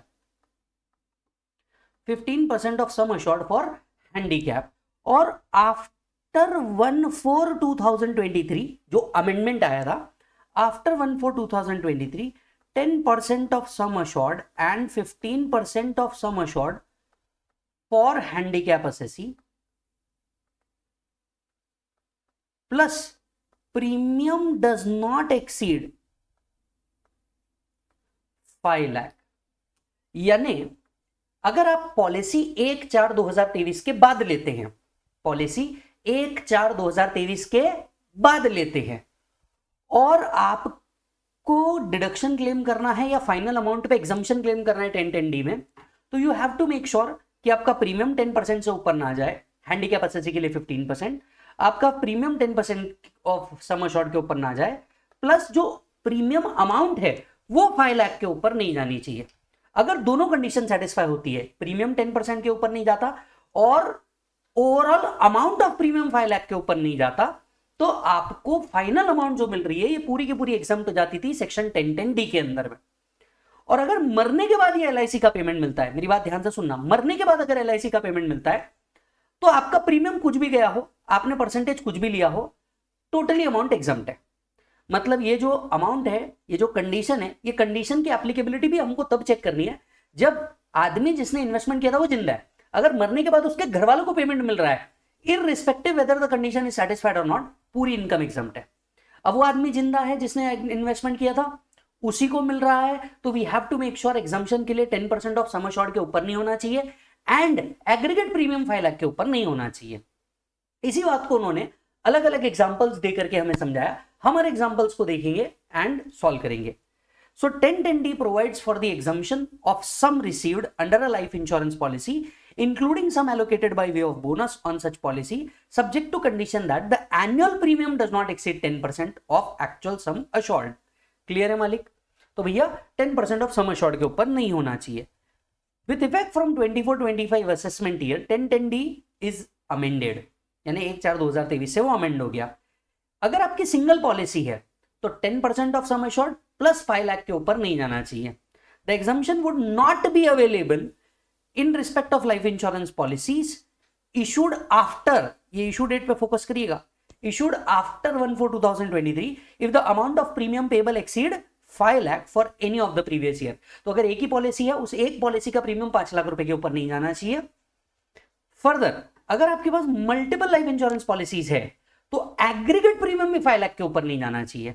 so in case premium for more than 1 life insurance policies issued on or after 1/4/2023 and aggregate premium on such policy exceed 5 lakh, then the exemption would be available only in respect of those policies at the option of assessee whose aggregate premium does not exceed 5 lakh. मान लीजिए अगर premium 5 lakh से ऊपर जा भी रहा है तो आपको एग्जम्पशन मिलेगा उन पॉलिसीज के लिए जिनका एग्रीगेट प्रीमियम 5 लाख से ऊपर नहीं जा रहा। सो मान लो 3 पॉलिसीज है, पहले 2 का 5 लाख के ऊपर नहीं जा रहा और तीसरे पॉलिसी का जो प्रीमियम है वो 5 लाख के ऊपर जा रहा, तो 1010D का एग्जम्पशन किसके लिए मिलेगा? पहले 2 पॉलिसीज के लिए मिलेगा जिसका प्रीमियम 5 लाख के ऊपर नहीं जा रहा। हालांकि जिसका प्रीमियम 5 लाख के ऊपर जा रहा है उसको 1010D का एग्जम्पशन नहीं मिलने वाला। लॉ क्लियर है? अच्छा, डेथ के केस में क्या होगा? मैंने आपसे पहले ही कह दिया, डेथ के केस में बड़ा क्लियर है, आपका प्रीमियम कुछ भी गया हो, अमाउंट कुछ भी गई हो, जो फाइनल अमाउंट मिलेगा totally exempt in the hands of related person. So if any sum is received on the death of person, exemption under 1010D would be available irrespective of the annual premium payable by LIP. फिर CBDT ने इससे related कुछ provision निकाली और कुछ examples दिए हैं, बड़े आसान तरीके से समझ सकता है। Where assessee has received consideration during the current previous year in one eligible LIP. पहले उन्होंने एग्जांपल देके समझाया, अगर मान लीजिए विजय के पास एक ही पॉलिसी है, बराबर है, one eligible LIP। Eligible LIP यहाँ पे हम किसको कह रहे हैं? यहाँ पे एलिजिबल LIP हम कह रहे हैं जो इशू हुई है आफ्टर 1/4/2023, हम इसको ही एलिजिबल एम्प्लॉय कह रहे हैं दोस्त। यस और नो? नहीं तो मैंने चार्ट रिवीजन भी अपडेट करना चालू कर दिया, आप जा करके चार्ट रिवीजन भी देख सकते हैं for the purpose of CMA। वहां पे भी हमने जब IFOS का चार्ट डिस्कस किया है, हमने ये पॉइंट डिस्कस किया है। क्लियर है? तो चलिए, मान लीजिए आपके पास एक ही पॉलिसी है, वो पॉलिसी 1/4/2023 के बाद इशू हुई है, तो उस केस में क्या करेंगे, कैसे होगा? Suppose the premium does not exceed 5 lakh, तो पूरा का पूरा कंसिडरेशन वैसे भी एग्जम्प्ट हो जाना है। If premium exceed 5 lakh, such consideration would not be eligible for exemption. Clear बात लिखिए। चलिए एग्जाम्पल समझते हैं। पॉलिसी इशू डेट है 1/4/2013। अब अगर पॉलिसी इशू डेट ही 1/4/2013 है, मतलब ये एलिजिबल पॉलिसी तो है ही नहीं, ये एलिजिबल पॉलिसी तो है ही नहीं। तो एलिजिबल पॉलिसी हम वो बोल रहे हैं जो 1/4/2023 के बाद इशू हुई है, जिसका प्रीमियम 5 लाख से ऊपर नहीं जा रहा। अदरवाइज हमें तो सिर्फ 10% की कंडीशन देखनी थी। अब इस केस में देखिए, पॉलिसी जो है वो एलिजिबल पॉलिसी नहीं है और जो प्रीमियम है वो 10% ऑफ सम एश्योर्ड के ऊपर नहीं जा रहा। तो क्या मैं कह सकता हूं जो भी फाइनल अमाउंट मिला होगा मैच्योरिटी पे, इस केस में 70 लाख, वो पूरा का पूरा एग्जम्प्ट हो जाएगा। क्योंकि देख, यहां 5 लाख वाला कंडीशन देखना ही नहीं है। 5 लाख वाला कंडीशन वहां देखना है जहां पॉलिसी की इशू डेट 1/4/2023 के बाद है। यहां तो पॉलिसी की इशू डेट 1/4/2023 से पहले की है, तो हमें सिर्फ एक ही कंडीशन देखना है, 10% ऑफ सम एश्योर्ड।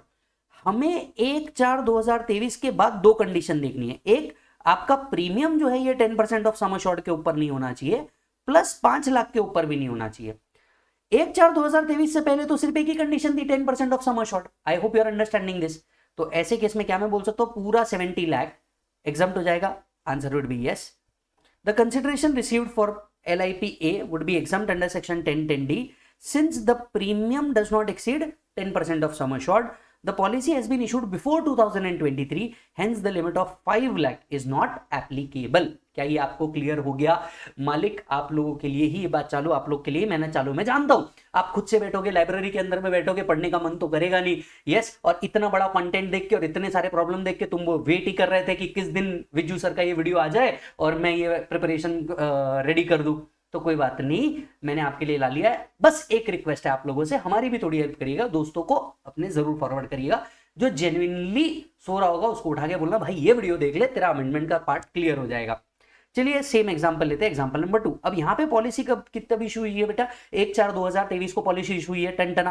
प्रीमियम कितना है? 5 लाख है। सम अश्योर्ड कितना है? 50,000 है। यानी 1 मिनट, यहाँ पे 10% ऑफ सम अश्योर्ड वाला क्राइटेरिया पूरा हो रहा है, यस, बराबर है। Is the policy eligible LIP? Answer is yes, ये भी एलिजिबल LIP है।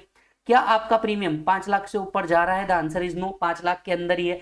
तो क्या मैं ऐसा कह सकता हूं ऑल कंडीशन इज सेटिस्फाइड, मतलब 52 लाख जितना मिल रहा है पूरा एग्जाम हो जाएगा?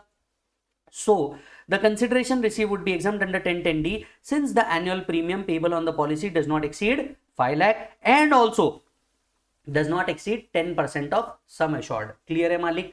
बस वही बात बताया। एग्जाम्पल नंबर 3 देख लेते हैं। ये एग्जाम्पल क्या होगा? जहां तो प्रीमियम या तो कोई कंडीशन ब्रीच कर देंगे, मतलब तीनों पॉइंट पे एक एक एग्जाम्पल हो गया आपका। पॉलिसी अगर 2023 के पहले ली तो क्या, मान लो 2023 के बाद ली पर 10% के अंदर है तो क्या। अब तीसरा क्या बताएंगे? तीसरा यही बताएंगे कि पॉलिसी 2023 के बाद की है पर प्रीमियम 10% के ऊपर है, तो क्या करेंगे? अगर प्रीमियम 5 लाख के ऊपर है या 10% के भी ऊपर है तो ऐसे केस में फाइनल अमाउंट टैक्सेबल हो जाएगी, इतना ही तो लॉ है।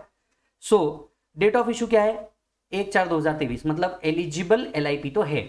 10% ऑफ सम अश्योर्ड है, यस 10% ऑफ सम अश्योर्ड है, लेकिन मैं क्या देख रहा हूं? लेकिन मैं देख रहा हूं कि प्रीमियम 5 लाख के ऊपर है। आप सोचिए अगर प्रीमियम 5 लाख के ऊपर है तो क्या फाइनल अमाउंट मिला हुआ टैक्सेबल हो जाएगा? जी हाँ, टैक्सेबल हो जाएगा। वही लिखा है, consideration received would not be exempt since the annual premium payable eligible exceed 5 lakh.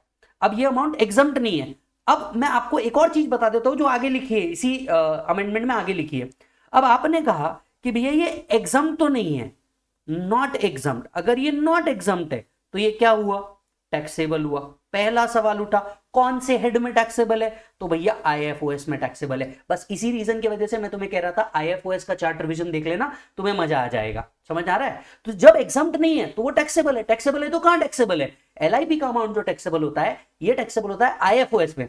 Sir capital gain कहां था ना आपने? ओ चमन बहार, वो यूलिप था क्योंकि उसे कैपिटल एसेट माना जाता था। LIP का अमाउंट IFOS में टैक्सेबल होगा। बात समझ में आई नहीं आई? नहीं आई होगी तो 2 चाटे मार खुद को, एक चाय पी, बोल हर हर महादेव और फिर चालू कर। अगर ये अमाउंट एग्जम्प्ट नहीं है तो ये टैक्सेबल है। टैक्सेबल है तो कहां टैक्सेबल है? सर IFOS में टैक्सेबल है। और IFOS में इनकम कैसे कंप्यूट करेंगे? सिंपली बताऊं, IFOS में इनकम कैसे कंप्यूट करेंगे? Amount received minus amount of premium paid, यही तो तेरी इनकम हुई। बात समझ? तूने प्रीमियम पेड किया 5 लाख, तेरे को मैच्योरिटी पे मिल गया 15 लाख, तो तेरी नेट इनकम तो 10 लाख की हुई ना, जिसपे टैक्स लगना चाहिए। अब इसी चीज को उन्होंने फॉर्मूला बना के बोल दिया, अमाउंट रिसीव को कह दिया A, प्रीमियम पेड को कह दिया B, A माइनस B आपका टैक्सेबिलिटी होगा। बताइए, इतना कॉम्प्लिकेट करके रख दिया? बताइए सिंपल शब्दों में, amount receive minus amount paid. TDS भी जो होता है सेक्शन 194DA के अंदर में वो भी होता है। सर 194DA का क्या लॉजिक आया? यही तो बात है, साला तुमने पढ़ा है लेकिन इंटरलिंकिंग से नहीं पढ़ा। आओ मैं पढ़ाता हूं इंटरलिंकिंग से। देखिए क्या हुआ, आप असेसी थे, LIC ने जब आपको अमाउंट दिया, अमाउंट पे किया, अब 2 बातें हो सकती थी, या तो ये एग्जम्प्ट होता था 1010D के अंदर में, या तो ये टैक्सेबल होता था। बराबर है? टैक्सेबल होता तो कहां होता था? IFOS के अंदर में टैक्सेबल होता था। जब आपकी अमाउंट ही एग्जाम थी 1010D में, तो यहां पे there would be no TDS under section 194DA। आप में से बहुत सारे ऐसे बच्चे हो सकते हैं जिसने इंटरलिंकिंग से पढ़ा ही नहीं है, पर भाई साहब मेरा तो मंत्र ही यही है, पढ़ो तो हद कर दो वरना प्रोग्राम रद्द कर दो। अब आप 194DA जाके देखिए TDS में, तब आपको समझ में आएगा कि मैंने कितने चैप्टर जोड़ दिए। मैंने डिडक्शन जोड़ दिया ATC, मैंने दूसरा IFOS चैप्टर जोड़ दिया, मैंने एग्जम्पशन चैप्टर जोड़ दिया, मैंने TDS चैप्टर को भी जोड़ दिया। समझ आ रही है बात? अब यहां पे TDS करने की जरूरत नहीं, क्योंकि रिसीवर के हाथ में जब अमाउंट टैक्सेबल नहीं है तो TDS करने की जरूरत नहीं। लेकिन अगर अमाउंट टैक्सेबल हो गई तो क्या यहाँ पे TDS भी होगा? जी हाँ सरकार, यहाँ पे TDS भी होगा सेक्शन 194DA के तहत। जी हाँ, यहाँ TDS भी होगा सेक्शन 194DA के तहत। अगर अमाउंट 1 लाख रुपए से ऊपर जा रही है तो TDS भी होगा। और TDS भी आपको पता है कौन से अमाउंट पे होता है? Amount receive minus amount paid. मतलब आईएफओएस की टैक्सेबिलिटी के लिए भी amount received minus amount paid को ही इनकम मानेंगे, और जो बंदा देने वाला जब भी देता टीडीएस काट के, टीडीएस डिडक्ट करने वाला भी amount receive minus amount paid पे ही होगा। यानी सीधे शब्दों में जितना टैक्सेबल होने वाला है उस कंपोनेंट पे ही टीडीएस डिडक्ट हो जाता है। I hope you are understanding this. मजा आया क्या? तो जरूर लिख करके जाना कि हाँ सर मजा आ गया एलआईपी वाले पॉइंट पे, क्योंकि ये पूरा कॉन्सेप्ट है। ध्यान से सुन, विजय हर साल तेरे को एटीसी का डिडक्शन लेने मिलेगा, एटीसी का डिडक्शन विजय हर साल लेगा। फाइनल अमाउंट जब भी आई दो ही बातें हो सकती है, एग्जम्प्ट है एग्जम्प्ट नहीं है, बराबर है, एग्जम्प्ट है एग्जम्प्ट नहीं है। अगर एग्जम्प्ट है किसके हाथ में? विजय के हाथ में, तब तो विजय को टीडीएस मतलब तब तो कंपनी को कोई जरूरत नहीं विजय का टीडीएस कट करने की, क्योंकि रिसीवर के हाथ में जब अमाउंट एग्जम्प्ट है तो there will be no TDS. ये चीज सेक्शन 194 डीए में लिखी है, जाके देखिएगा और इंटरलिंकिंग का मजा लीजिएगा। दूसरी बात आती है कि अगर ये टैक्सेबल है तो कहां टैक्सेबल है? आईएफओएस में टैक्सेबल है, तो कैसे निकालेंगे taxable? Amount receive minus amount paid, amount receive minus amount paid, यही तो आपकी नेट इनकम हुई, और इनकम को ही तो टैक्स करते ना, तो जो प्रीमियम आपने पे किया वो तो माइनस करना पड़ेगा ना out of the overall received. यही चीज इधर आओ नीचे देखो, जब आप नीचे बहुत नीचे आएंगे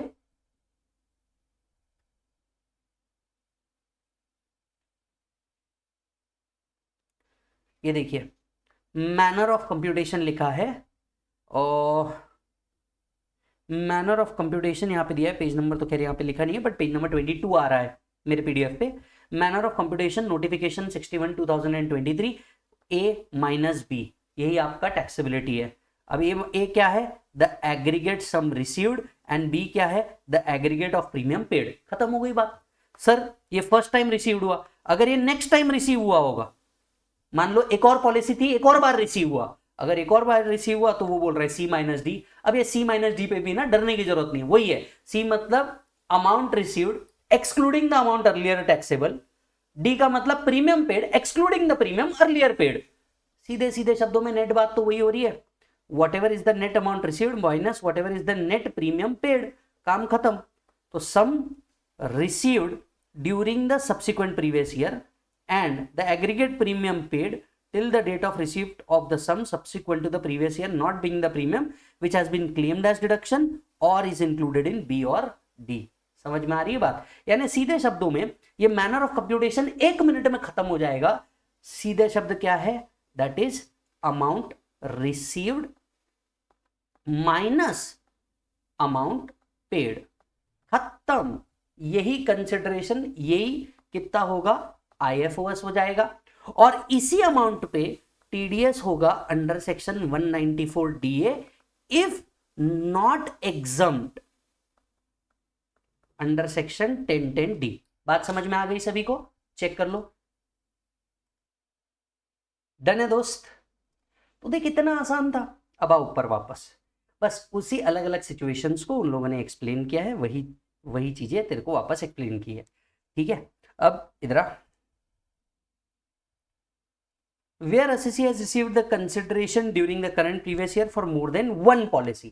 अब तक हमने क्या पढ़ा? एक पॉलिसी का हुआ, तो अब हम क्या पढ़ रहे हैं? एक से ज्यादा पॉलिसी का हुआ। तो अगर एक से ज्यादा पॉलिसी है but aggregate premium does not exceed 5 lakh, अगर सब पॉलिसी का मिला के ओवरऑल प्रीमियम ही 5 लाख से ऊपर नहीं जा रहा, पूरा एग्जाम्शन मिल जाएगा, एलिजिबल एग्जाम्शन मिल जाएगा। मान ले अगर तेरा एग्रीगेट प्रीमियम 5 लाख से ऊपर चल रहा है तो एग्जाम्शन उन पॉलिसीज के लिए मिलेगा जिनका प्रीमियम 5 लाख से ऊपर नहीं जा रहा, in respect of any those eligible LIPs whose aggregate premium does not exceed 5 lakh as well as their premium is also less than 10%। ठीक है, अब इसके एग्जांपल देखते हैं।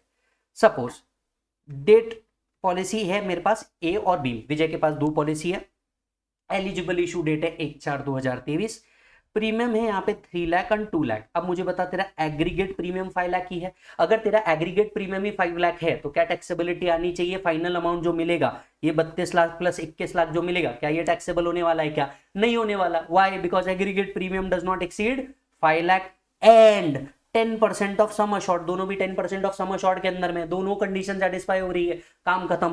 सो the aggregate of premium under the A and B does not exceed 5 lakh. Yes, इसी के लिए therefore the consideration received under the A and B would be exempt under section 1010D। Game over. बढ़ो आगे, example number 5 पे चलते हैं। Policy issue की थी 1/4/2023 को, एक 4.5 है और एक 5.50 है, तो दोनों मिला करके कितना हो रहा है सर? तो 4.50 प्लस 5.50, ये 10 लाख रुपए का प्रीमियम हो रहा है। हालांकि अगर हम देखा जाए तो दोनों भी 10% ऑफ सम एश्योर्ड वाली कंडीशन को तो सेटिस्फाई कर रहे हैं, पर 5 लाख वाली कंडीशन को सेटिस्फाई नहीं कर रहे। अब एग्जाम्पशन किसके लिए रहेगा? वही पॉलिसी जिसका प्रीमियम 5 लाख के ऊपर नहीं जा रहा। अब यहाँ पे ए का प्रीमियम 5 के ऊपर नहीं जा रहा, पर बी का तो प्रीमियम 5 के ऊपर जा रहा है, तो ए एग्जम्प्ट हो जाएगा और बी क्या हो जाएगा बेटा? टैक्सेबल हो जाएगा। Yes, the consideration received under the B alone would not be exempt. Clear हो गई बात मालिक? एवरीबॉडी यस और नो? राइट। आते हैं एग्जाम्पल नंबर 6 पे। पॉलिसी सब 2023 के बाद ली है। 10% of sum assured, 10% of sum assured, 10% of sum assured वाला कंडीशन सेटिस्फाई हो रहा है, ठीक है, प्लस 5 लाख वाला कंडीशन सेटिस्फाई नहीं हो रहा। तो आपको नहीं लगता दो पॉलिसी जिसका प्रीमियम एग्रीगेट 5 लाख के नीचे है, ये एग्जम्पशन मिल जाएगा, जिनका 5 लाख के ऊपर है वो टैक्सेबल हो जाएगा। क्या आप मेरी बात दिल तक के पहुंच रही है क्या बेटा? यस, रोमांसिंग द टैक्सेशन दिल तक के पहुंच रही है। तो ये दोनों क्या हो जाएंगे? एग्जम्प्ट हो जाएगा, ये क्या हो जाएगा? टैक्सेबल हो जाएगा। विषय खत्म।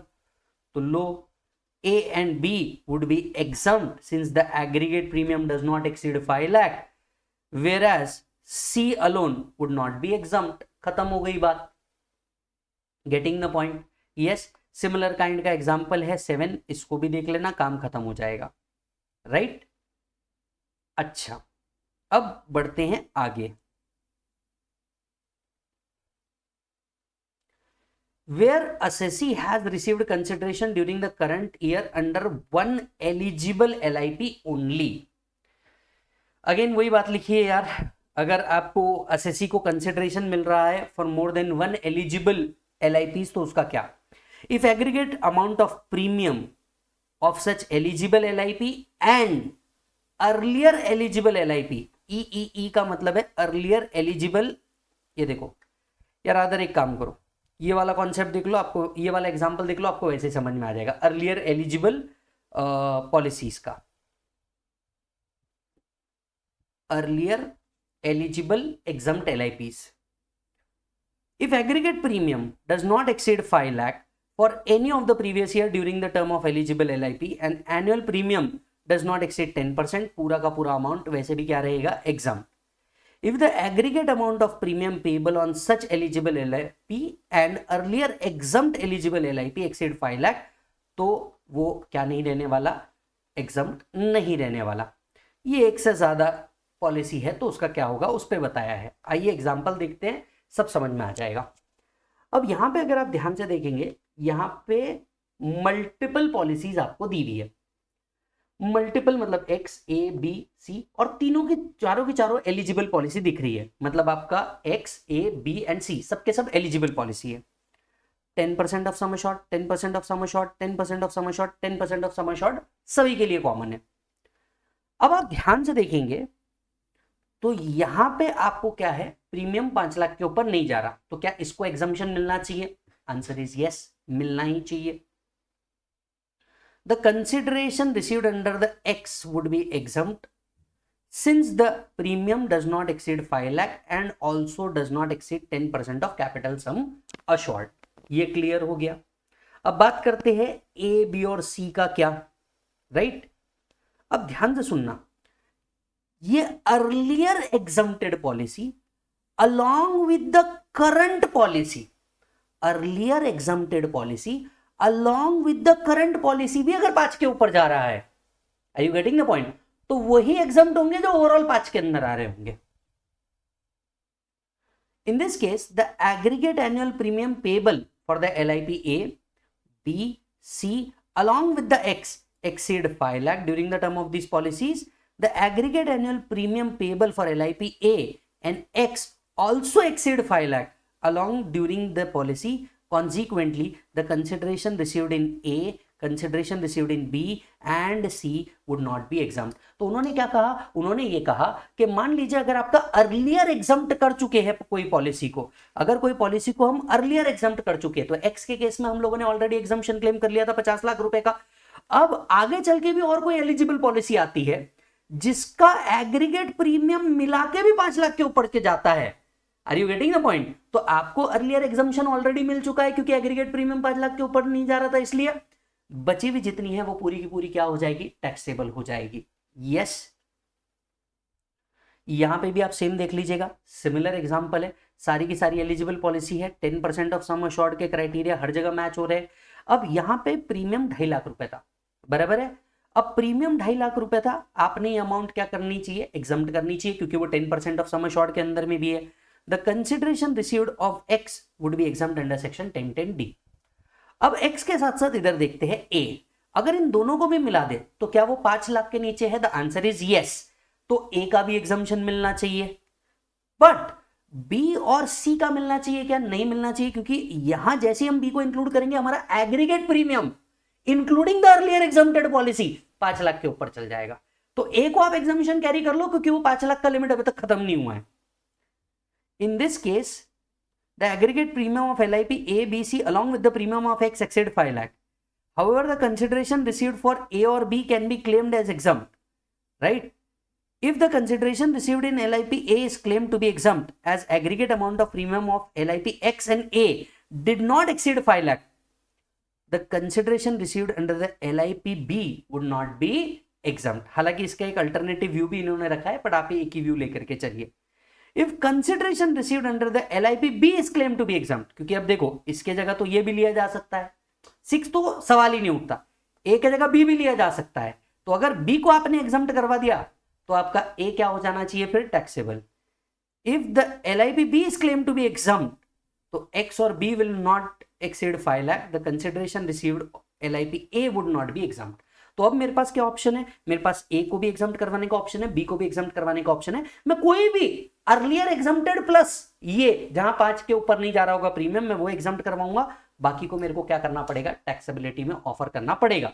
अब वापस से सवाल सुनते हैं कि सर अगर टैक्सेबल होगा तो टैक्सेबिलिटी किधर जाएगी? अगर अमाउंट टैक्सेबल होगा तो कहां जाएगा? IFOS में जाएगा।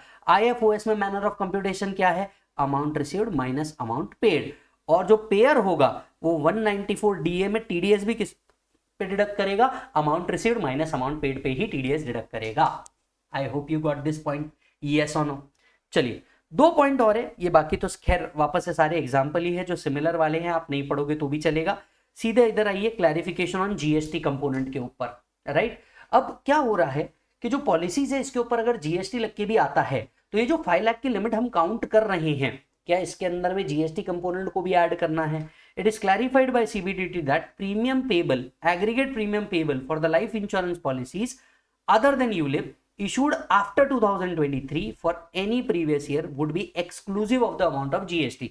मतलब मान लीजिए मेरा 5 लाख प्लस GST आ रहा होगा तो ये GST एक्सक्लूड हो जाएगा। एग्जम्पशन पर्पस के लिए मैं सिर्फ 5 लाख ही दिया है, यही कंसिडर करूंगा। Are you getting the point? So GST component जब आप प्रीमियम पे कर रहे होंगे, GST कंपोनेंट जो है उसको एक्सक्लूड किया जाएगा। Net of GST component 5 lakh के ऊपर नहीं होना चाहिए for the purpose of this section. Clear है भाई? तो CBDT का ये क्लैरिफिकेशन आ चुका है। अब आते हैं लास्ट पार्ट के ऊपर, clarification on premium of term insurance policy, right. Yes, एक बार टर्म इंश्योरेंस वाला पार्ट भी खत्म हुआ तो ऑलमोस्ट हमारा अमेंडमेंट जो है ये खत्म हो जाएगा। तो एक बार चेक करो ये क्या है। डन। तो अब ये क्या है मैं आपको वैसे ही बता देता हूं। एक टर्म पॉलिसी होती है, ये टर्म पॉलिसी आपको पता है क्या होती है कि आदमी के मरने के बाद जो पैसा है वो सीधा नॉमिनी को मिलना है, बराबर है। That's how term policy work. अभी जो टर्म पॉलिसी होती है ना, आई एम श्योर आपके डैड ने भी कभी लेके रखा होगा या मॉम ने लेके रखा होगा, तो जरूर चेक करना। तो टर्म पॉलिसी में क्या होता है, आदमी के मरने के बाद उसके जो घर वाले होते हैं उनको क्या कर दिया जाता है? पेमेंट कर दिया जाता है। आपको तो वैसे ही पता है अगर नॉमिनी के हाथ में पैसा मिल रहा है तो ये 5 लाख वाली कंडीशन वहां एप्लीकेबल ही नहीं है, क्योंकि वहां तो फिर पूरा का पूरा एग्जम्प्ट है। बस वही चीज यहाँ पे लिखी होगी, देखिए। It is further clarified by CBDT that limit of 5 lakh of the amount of premium payable would not be applicable in case of a term life insurance policy where the sum received under the life insurance policy is only paid to nominee in case of death of person insured during the term of policy. Any sum received under the term insurance policy shall continue to be exempt under 1010D irrespective of the amount payable in respect of such policy। तो अगर ये किसको मिल रहा होगा? Nominee को मिल रहा होगा। ये वैसे भी क्या है सर? फुल्ली एग्जम्प्ट हो जाएगा। यहां पे नीचे मैनर ऑफ कैलकुलेशन दिया हुआ है, मैंने आपको पहले ही बोल दिया, amount received minus amount of premium paid, काम खत्म। तो इसी के साथ भाई साहब आपके पूरे अमेंडमेंट खत्म होते हैं। एक बार हम पेज पलटा के देख लेते हैं क्या हमने सारे अमेंडमेंट कर लिए क्या। अदरवाइज जैन अटेम्प्ट के लिए मेरे तरफ से आपके लिए फास्ट ट्रैक फ्री हो चुका है। चार्ट रिविजन में हर बार अपडेट कर रहा हूं, अमेंडमेंट्स में ऑलरेडी डाल दे रहा हूं, ऑडियो रिविजन अपने सारे कंप्लीट हो चुके हैं, जितने वादे दिए थे सर सब कंप्लीट हो गए। एक बार ये देख लीजिए, हमने यहाँ से चालू किया था, पहले 2 पेज तो यही बता रहे थे अमेंडमेंट कहाँ है। फिर हमने सैलरी का अपडेट किया, सैलरी का अपडेट चल रहा था। उसके बाद में पीजीबीपी का अपडेट किया हमने, ये रहा यस ये रहा पीजीबीपी का अपडेट। पीजीबीपी के अपडेट के बाद आईएफओएस का अपडेट हमारा खत्म हुआ एलआईपी से रिलेटेड। फिर हमने एडवांस टैक्स टीडीएस के अपडेट्स किए पूरे के पूरे। एडवांस टैक्स टीडीएस अपडेट करने के बाद हमने रिटर्न फाइलिंग का जो पैन वाला चेंज आया है वो अपडेट किया। यहाँ आपका पूरा का पूरा अमेंडमेंट लेक्चर खत्म होता है। एंड आई एम श्योर ये 1.5 घंटे ने आपकी बहुत वैल्यू ऐड करी होगी अमेंडमेंट 1.5 घंटे में कंप्लीट करने के लिए। अपने उन दोस्तों को जरूर शेयर कर देना। चार्ट रिविजन चालू है, उसको आपका वैसे ही बहुत प्यार मिल रहा है, तो जल्दी से चार्ट्स ले लीजिए, अभी भी आपके पास टाइम है। अगर आपके पास डीटी प्रिपरेशन करने का टाइम कम है, जल्दी से जल्दी एकत्वम को कॉल कीजिए या हमारे नियरेस्ट सेंटर पार्टनर को कॉल कीजिए, उनसे चार्ट आप जल्दी से जल्दी मंगा लीजिए, ताकि एक दिन में 10 घंटे में आपका पूरा का पूरा चार्ट रिविजन के थ्रू कंप्लीट हो जाए। To all the CMA and CA students, inter students, all the best for the purpose of exam. मैंने एबीसी एनालिसिस भी डाल रखा है, एबीसी एनालिसिस जरूर देख लेना। बाकी कुछ कम कहना हो, दिल की कुछ बात करनी हो या शिकायत ही करनी हो, मैं आपको इंस्टाग्राम पे मिल जाऊंगा सीए विजय सारदा के ऊपर। Thank you so much, bye वाले बच्चों।